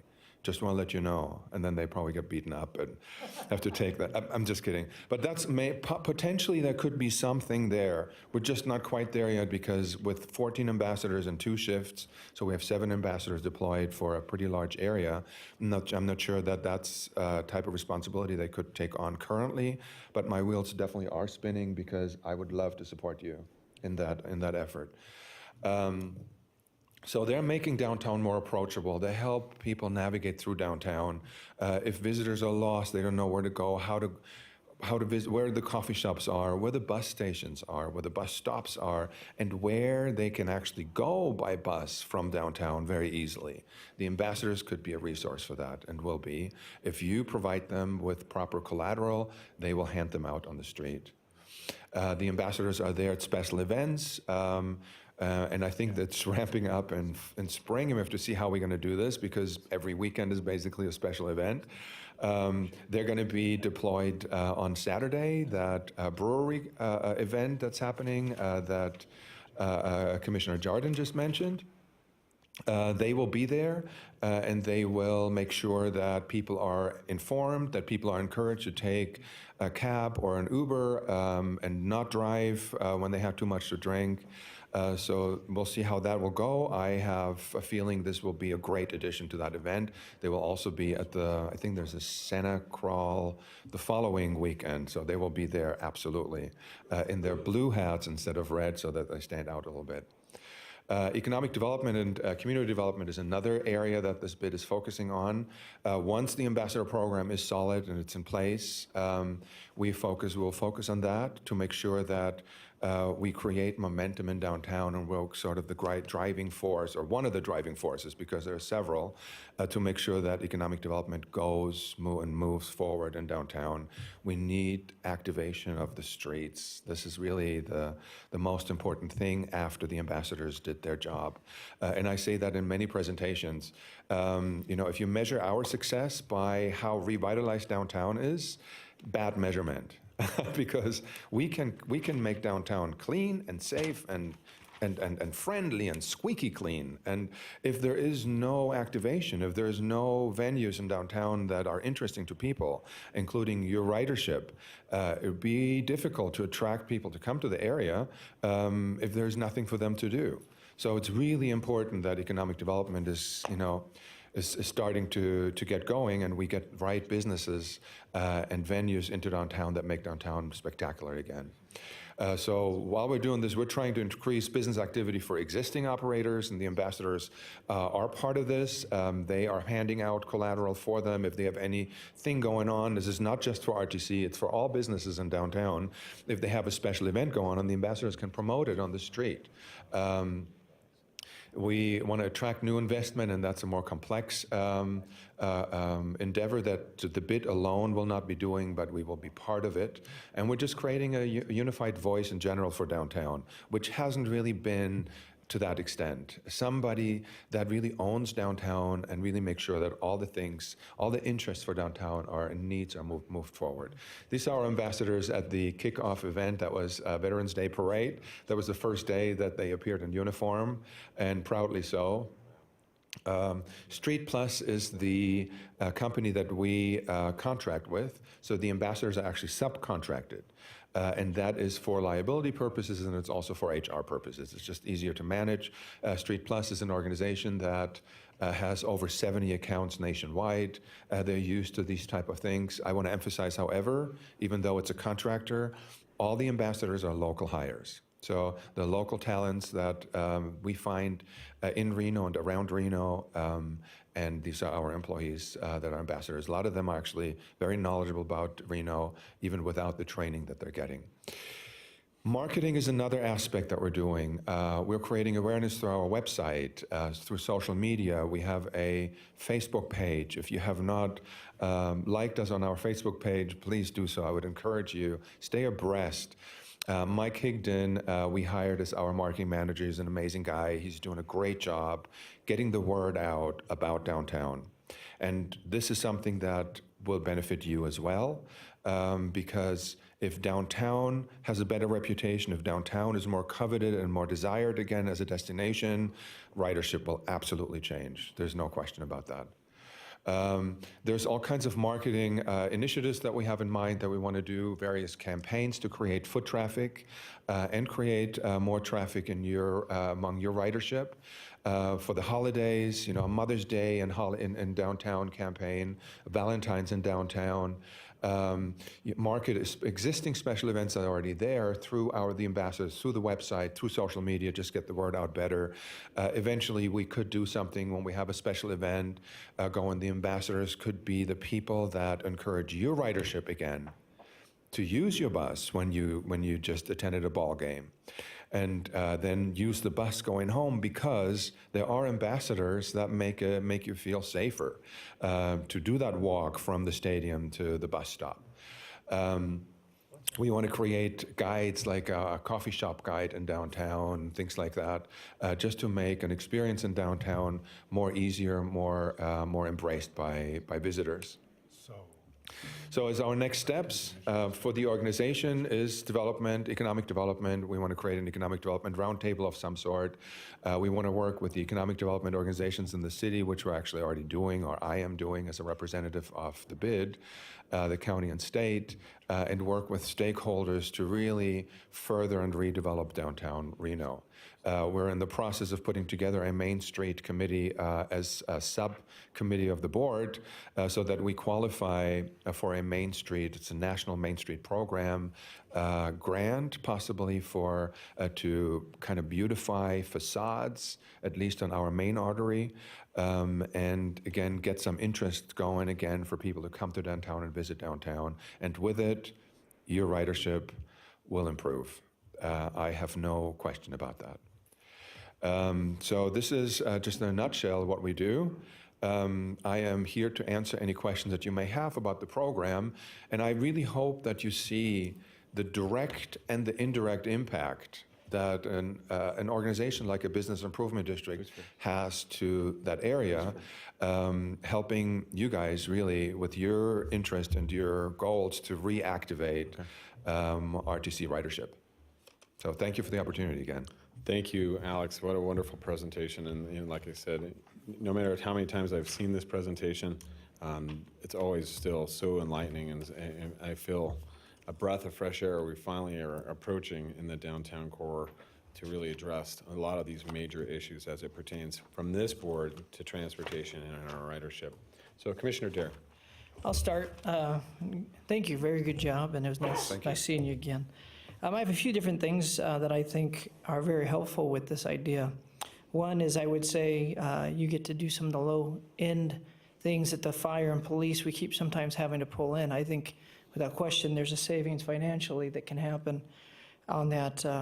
The one thing that I do want to say, I think it's wise on any end to have some metrics and accountability, not just a report of, hey, we're doing good, but making sure you have some, if we're putting finances out anywhere, and this isn't just to you, but this is to anything we're doing, we're trying to make sure we have, this is how many people. So I appreciate you saying there's 2 a day of homeless we're helping. Those kind of things are metrics that really do add up, and that's amazing. That's fantastic. I would say that as we value tourism, without question, something like this can be very helpful. I did have a question on your standard premium and Premium Plus. Uber premium, whatever it was. So in this particular region, which standard are we getting for what we're talking about? So if you look at your map, it should be color-coded. If not on your map, it is on There's a blue wrap around it. Yeah, hold on. On my map. Yeah, you don't have the right color coding. This is the color coding. So if you look at this, that demonstrates to you the 3 various zones. The green zone in the center is the Premium Plus, or Uber Plus, as you mentioned. Okay. The purple zone around it is the premium area, and then everything else around it is the standard area. Okay. So it's really the focus is, so when we're talking about 4th Street, and you're talking about your main hub, is part of the premium area. Gotcha. And I think I can tell you, I did talk to Ron Smith a little bit about this, and he couldn't be here. I mean, one of the things we definitely want to say is that we're very supportive of the region, and we, without question, when it comes time for Sparks to think about this, we need everyone to have some good institutional memory of what possibly might happen here today. And we ask that you keep that in mind as we move forward. I do believe that there's a lot of wisdom in this, and I can just tell you when it comes to protecting the assets, if I just put on the RTC hat alone, and I know I could just spend a day doing that, but it would seem wise to protect the investments that we do have and really help people. It's not the idea of protecting it like just as a police officer has to just move somebody off, but you actually do get to know them. Great.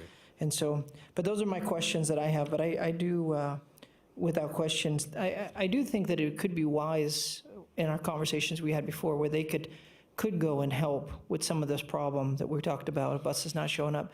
Because even with the passes, we could potentially give some passes to some of these ambassadors to go and hands-on say, so it's not random. We know if there's disgruntled people, they're sad, they're mad, or whatever, because Right. something didn't happen. Yeah. We have an ambassador who could go and say, hey, you know what? Yeah. It's good. So there's some wisdom at large. Yeah. And my hope is, just off the record, my hope is that over time, the ambassador team will grow.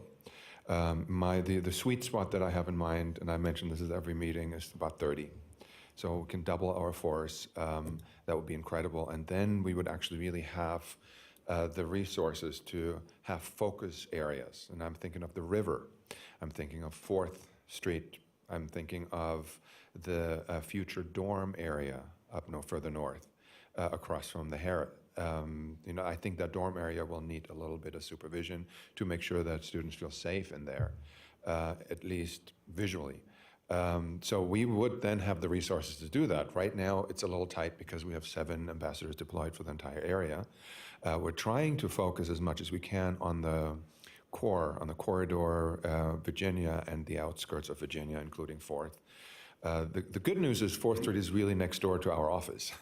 So this is, you actually should already, I would dare to say, and I have not got that confirmed yet, but you should already see a slight difference in the environment of your bus station by the work that the ambassadors have been doing on our property, in our area, because it really does affect it overall. I have seen less, not necessarily less homeless people, but less homeless people that are camping out and that are just hanging out there with their shopping carts and just sitting there for a long, long time. And that's really what we kind of discourage. We encourage everybody to enjoy public spaces. That's what they're there for them. But enjoy it in measurement. Enjoy it, so that it's really nice and enjoyable for other people as well. Like thinking of the City Plaza. It's another area that we target to make sure the City Plaza, things are moving and we don't have people just monopolizing an area for whatever reason. Thank you. All right. Commissioner Delgado? Quick question. What type of training do the ambassadors take? So they got a 40-hour training in the very beginning. That was their initial training, and now they're being trained continuously. I would love for you guys to come to, if you haven't done it yet, to come and talk to the ambassadors so that they know about your resources. We've had Hopes there. We've had, there's another behavioral type of hospital that made a presentation to us that the ambassadors know about as a resource.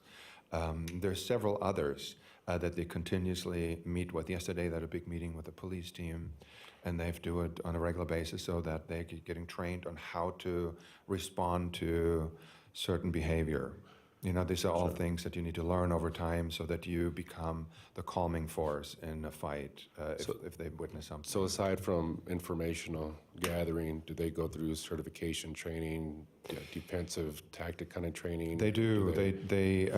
They're actually, right, they will also be trained another, and I forgot the name of, what is that inhaler that people now use on the street to prevent OD? Yes. So, and there's a training module for that, so that they recognize what an overdose is, that they don't mistreat people, and things like that. So they are, throughout the year, they will go through all kinds of different training programs. And CPR certified also. Gotcha. It's good to know. I mean, and the assumption also, if they see somebody sees an ambassador out there and there's some type of conflict, and maybe the public will go and seek them because they have they look professional, they look like enforcement of some sort. That they respond Would they properly. be able to respond or not? Yeah. And so I mean, it's more information for the community. To know in terms And of there what is, they like can do. with any group, there's degrees of knowledge. There's especially when we have turnover and we have new ambassadors that have to be retrained again. Sure. So they have to catch up over time. So that always exists. But they're never going to be, and I spoke to the police department the other day, because I don't want the police to feel that we're stepping on their toes either. We're really supportive of them. We're in addition to what they do. They will never be police officers. They will never have the level of certification and education as a police officer has, but they don't have to. Yeah. So for what they're here for and what they need to do, they're educated sufficiently. Just want them to be safe and feel safe and have the right training for it. For sure. Get out there. Thank you. Appreciate Thank it. you, Commissioner Delgado. Commissioner Harton. Thank you, Mr. Chairman. And I echo the comments that have been already made. I think Commissioner Lucy and I are lockstep on this, and I'll let him talk about this more. But we're supportive of the region and the efforts of the municipalities to make their cores safe and make the downtown a more attractive place. It's just that simple. What I would like to see is, I'd like to see you come back every 6 months with the metrics, talk about what you're achieving, what your goals are, and then I really would like to see, as you've progressed, how Sparks will be included in this. I would love I mean, I want that right out of the chute. I don't want it to be an if, I want it to be a when. And I like Mr. Smith articulated through Commissioner Dare, I want us to have that same consideration. Yeah, And so thank I am you. supportive of these kinds of things. Thank you, appreciate that. And that is absolutely an option. What I would envision then is a satellite office in Sparks to make sure that we have ambassadors deployed out of Sparks. They have their own manager, they have their own system, and they communicate with us, because when it comes to Sparks and what you are suggesting, I would assume the economic development and all the other things I've been talking about is really not what you're looking at right now. You're really looking at the ambassador program. Right. And that is very easy to put a satellite into Sparks. And here's the real benefit sure. that I see from programs like this. It's presence. Right. When there's a presence there, people feel Absolutely. more comfortable. Yes. And it's not necessarily That's a the police biggest- presence, it's No. just a presence. A presence. Right. And our ambassadors, and I have to report that too, to give them kudos. They're liked. They're overall Sure. liked. People like to talk to them. They're not being feared like the police officers are. They're liked. They're much more relatable than you have when you have a police officer on there. That's serious business usually. With the ambassador, it's a little lighter, but it's enough that people understand there is some kind of supervision here. There's somebody that watches something. And the team in Sparks can be branded accordingly. They would wear Sparks uniforms, so that is absolutely not an issue. And the needs are going to be slightly Absolutely. different. It's a different environment, but Yeah. I think it's important that we have this cohesive I process. agree, and going I on appreciate between your the two. trust in that program. Thank you very much. And I agree with the idea that, Mr. Gibson, Mr. Chairman, I think that we do somehow need to make sure that the ambassadors have the assets, bus passes, to make sure that people can get where they need to go and some assistance. And imagine if you're a tourist in town and you say, I don't know where I'm going, and the ambassador says, well, here's where you need to go. I'll tell you what, here's some bus Here's a passes. bus for a free ride. For a free Try ride. it once and see Right. how it works for you. Imagine that. Absolutely, that would be amazing. Imagine the goodwill that builds with someone visiting our community. Amazing. I think incredible. The other thing is that we've been discussing, and I discussed it with Commissioner Jardin prior, is that we make connections with the transient community, and that is maybe something for Mr. Malfabon. Director Malfaban. Malfaban, to possibly listen to and come up with a solution in the future. We don't have a vehicle at this point. We have segways and we have bicycles. And we connect with, a homeless person. They finally get him to a point where he says, okay, I'll go. And then we have to just tell them this is where you need to go, or walk with them if it's not too far.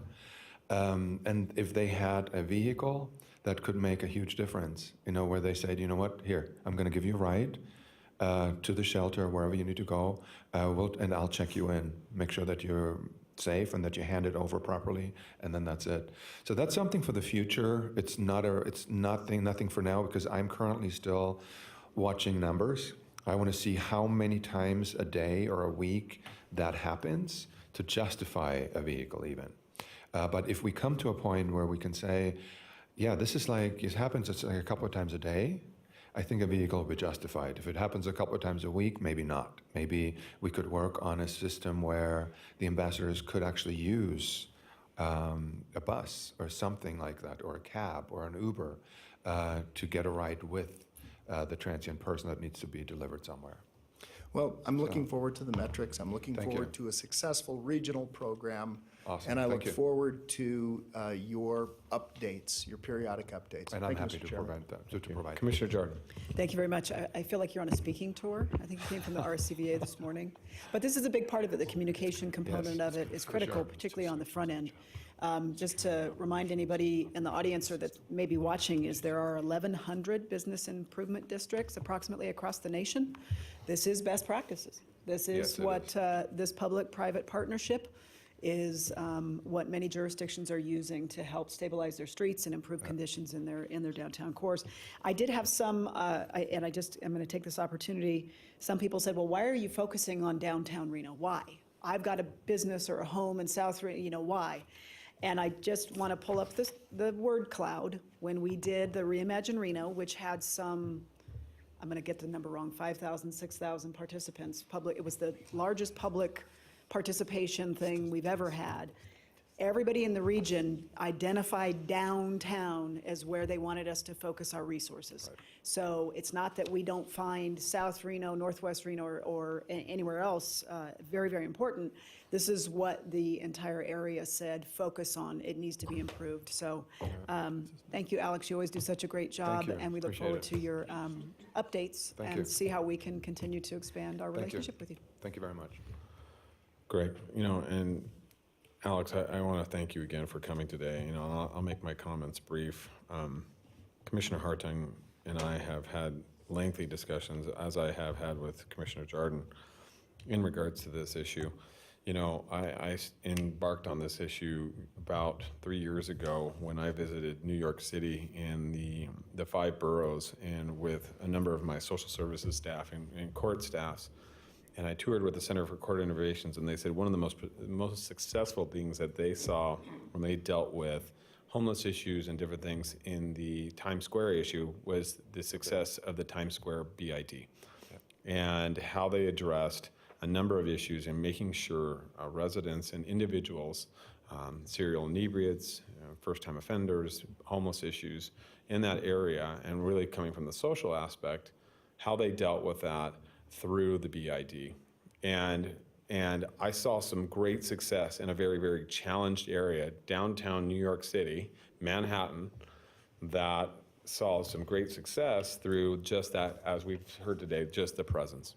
And to see this come to final fruition and see as we kind of continue, as this is an ever-evolving process, an ever-evolving project, I think we'll see great benefit. And as we move into, and as you've alluded to today, the potential of a satellite office in Sparks, right. We really are making this a regional effort and truly addressing things, because yes, we have 4th Street Station, where we have a lot of assets in the downtown BID, from bus stops to ridership to assets that we have to maintain and protect within for RTC. But Centennial Plaza in downtown Sparks is also a very large hub for us. And it's an asset that we've invested a lot of money into, and we have had federal dollars invested into that through the 4th Street Prater project to create that connectivity. And I think this is exactly the way we need to go to continue to address. And one of the things that you slightly touched on in regards to housing for the students, one big project that we're currently underway with and still working on is the Gateway Project. Right. Commissioner Jardin has been a huge proponent of this. I mean, in regards to ridership, connectivity between our Midtown area and our university. We pride ourselves on being a Tier 1 university. Quite often, many people come and like to frequent our sporting events at the university through Lawler and watch our basketball games and our football games, but yet we are still challenged with parking. And if we can find a way to still entice individuals to ride our buses, connect between the university, our Midtown project, our downtown project, we have from RSCVA, we have a number of assets to the bowling stadium, we have bowling congress. Unfortunately, this year we'll have no bowling congress, but in 2020, we will have bowling congress come back in very large numbers. We have a downtown event center and we have many of our casinos and properties downtown that are highly dependent on tourism. This is just that connectivity that really closes the circle, really seals that gap, and it still addresses the needs, not just of our tourists, and to push away those that are challenged in their social lives and their lives, so to speak.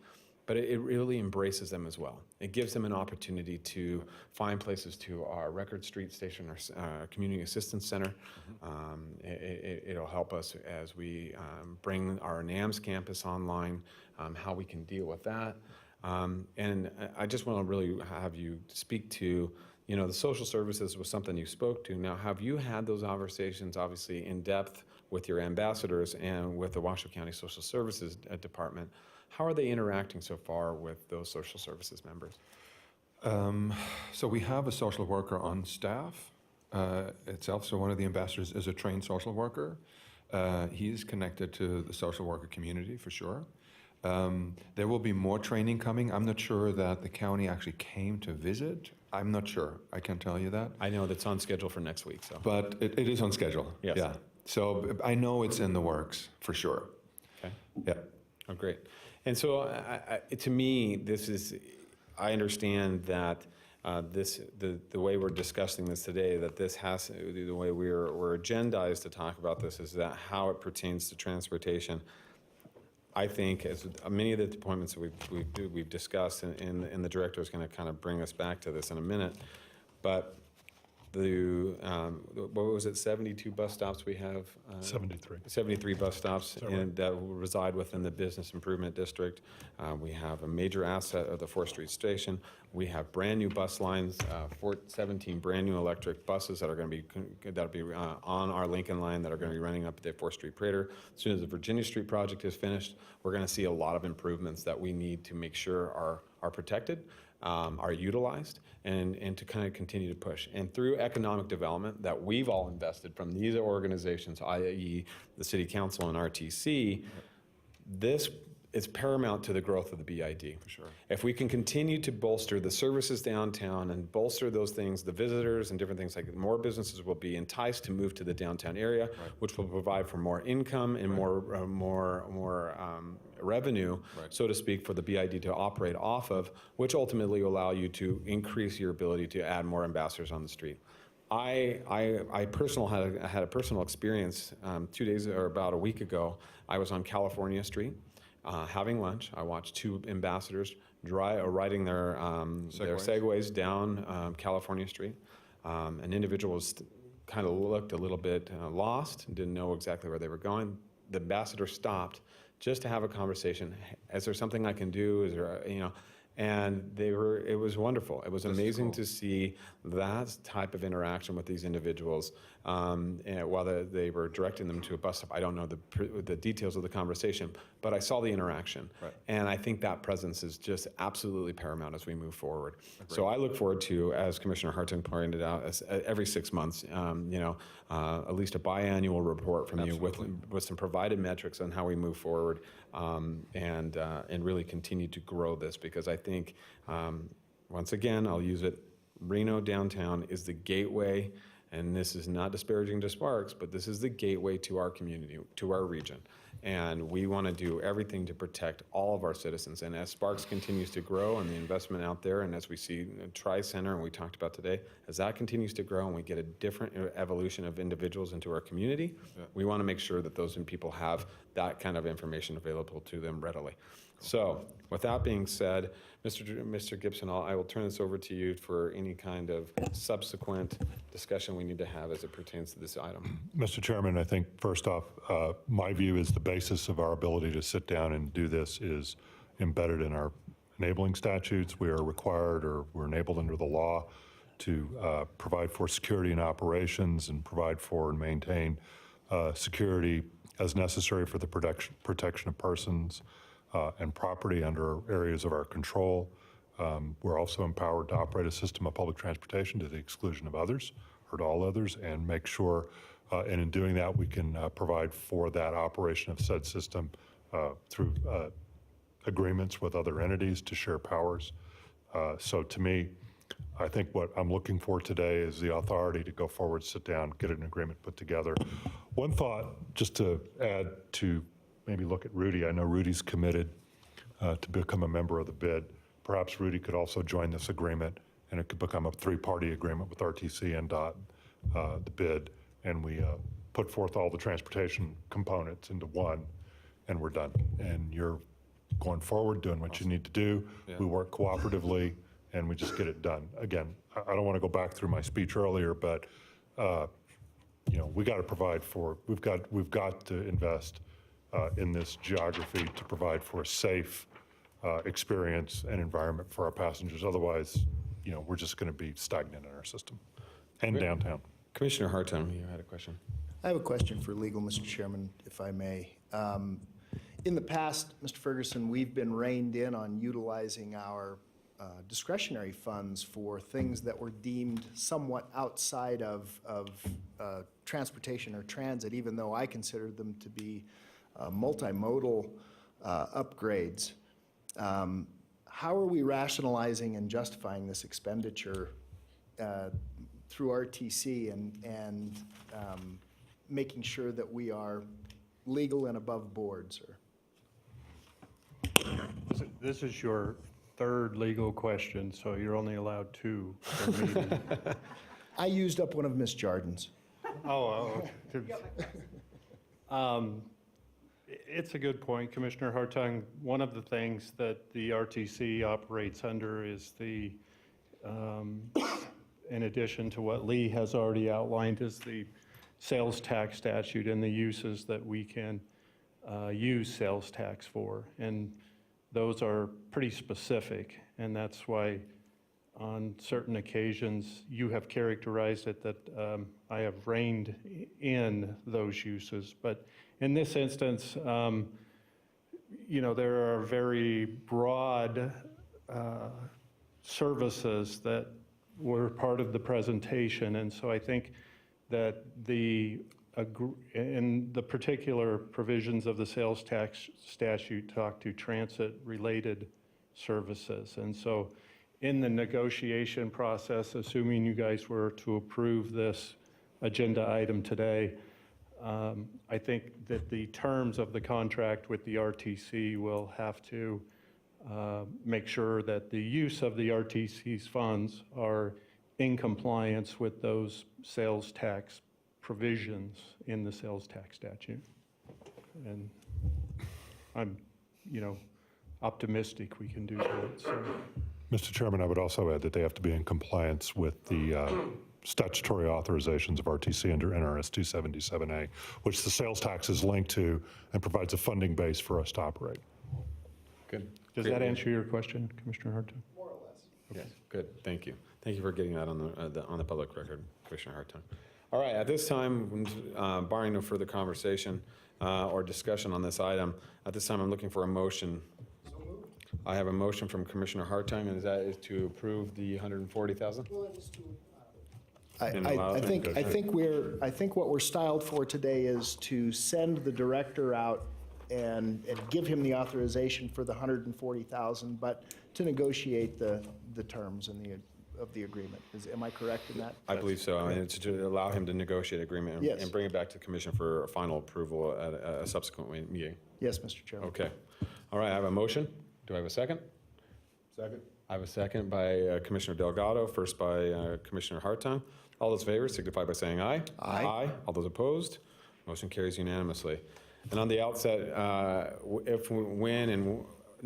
when we have a regional public workshop as it pertains to public transit, Mr. Satinsky, I would hope that you would come back and be an active participant in that discussion. Thank you very much, and I would love to. Thank you so much. We'd love to have you. All right. Moving on. All right, we have dealt with all the fun issues so far this morning. Well, no, it's going to get more fun. No, Stephanie, we're excited to see this. We're on to the general administration, item 6.1. This is a receiver report on the fiscal year 2018 comprehensive annual financial report, otherwise known as the CAFR, for the Regional Transportation Commission for Washoe County, RTC, and authorize staff to submit the document to the Nevada Department of Taxation. So without further ado, Ms. Haddock, the floor is yours. Thank you very much. Good morning, commissioners. And thank you again for accommodating me and moving this meeting forward earlier in the month. I'll explain more about that in my next agenda item, why I asked for that. For the record, I'm Stephanie Haddock. I'm the Director of Finance and CFO for the RTC. And today I'd like to give you a brief presentation on our fiscal year 2018 comprehensive annual financial report, which we refer to as the CAFR. And brief being the Yes. It's only 4 slides. Good. So it's Thank very you. brief. All right. So for the revenue side, RTC had $172 million for fiscal year 2018. That was up 8% or $11 million over fiscal year 2017. The greatest portion of our revenues come from our fuel tax. For fiscal year 18, that was $81 million. It was on target to our budget, and up $6 million or 8% over last year. And all of that $6 million increase is directly related to the indexing of the fuel tax that we do annually. For our sales tax, we had $31 million, and that's up $1.2 million or 4% over the budget, and $4.3 million and 16% over the prior year. I want to highlight that 16% over the prior year is because of a AT&T refund adjustment. Last year in fiscal year 2017, AT&T announced, or the state announced, that they had to do a large $27 million refund to AT&T, and every entity had a little portion of that. At the time, we thought ours was going to be $1.3 million, RTC's portion. It ended up being only $852,000, so we got back about $448,000 towards our revenue sources because of the actual calculation. So that it slightly inflated our sales tax increase. Our actual sales tax increase was around 8%. $43 million in federal operating and capital grants. That's down $15 million or 27% to our budget, and down $2.5 million or 5% over last year. The variance to the budget is mostly related to our Virginia Street project, and that we anticipated that project would start earlier in our fiscal year 18, and we also thought we were going to have, and we budgeted for, a small starts grant that we haven't received yet. Passenger revenue, $6 million, that's down $800,000, 12% to our budget, and $90,000 and 1.5% over last year, and that is directly related to our ridership. We have a almost 4% decrease over last year's ridership numbers. We have $5 million in investment and other miscellaneous revenues, down $3.5 million to budget, but up $2 million over the prior year. The increase over the prior year is due to our investments. We actually have more interest earned on our investments because interest rates have increased. And the $3.5 million less than our budget is on our project reimbursement side. We do a lot of reimbursements with our utilities, Nevada Energy, Tumwa, all of those. We budget for them. And the timing of that, we actually had more of those reimbursements happen in fiscal year 19 over 18. So on our expenditure side, we had a total of $195 million in expenditures, $19 million more than, and 11% over the last year. Of course, most of that being in our street and highway program, $125 million. We had $31 million in ride expenditures, That's $4 million under our budget, and most of that is due to the reduced fuel costs. We had less expenditures for fuel over last year, and directly related to our providing ride, expenses are down $1.2 million in our contractor costs, and directly, again, related to the issues you talked about earlier with providing the service. Our debt service is at $27 million. $9 million in access. Access expenditures were on target to budget. And that is actually $1.3 million or 18% over last year. We had planned for that increase, and that's because we were experiencing a 9% increase in our ridership on access side. So total expenditures actually were $40 million under our 2018 budget.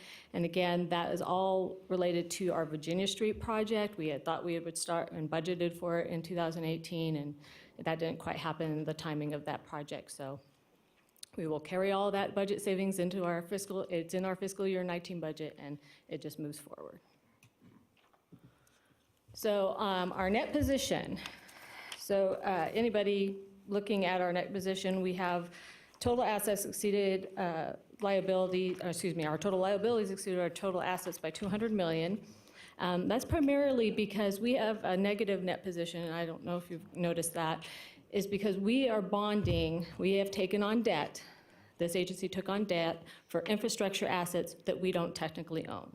All the roads that we bonded for and have done belong to your entities, not to RTC. So that creates a negative net position for us, and it will continue to be that way until we pay off that bond debt. So every year I'll be here saying negative net position. Our RTC's restricted net position decreased $26 million over the prior year. RTC has no more bond funds left. We're back to our pay-as-you-go for all of our projects. So now you're starting to see us dip into our cash balances and continue to use those to get road projects done. RT's negative unrestricted position decreased $7 million over the prior year. And again, that's just because we added some capital assets that we actually own, and that was our buses. So on the audit results, we had an unmodified opinion, which is the highest possible rating the agency can receive. We had no findings or management comments on our financial audit, and no findings or management comments on our A133 single audit, which is basically the audit of all of our federal grants. I want to take a moment to introduce some of my staff.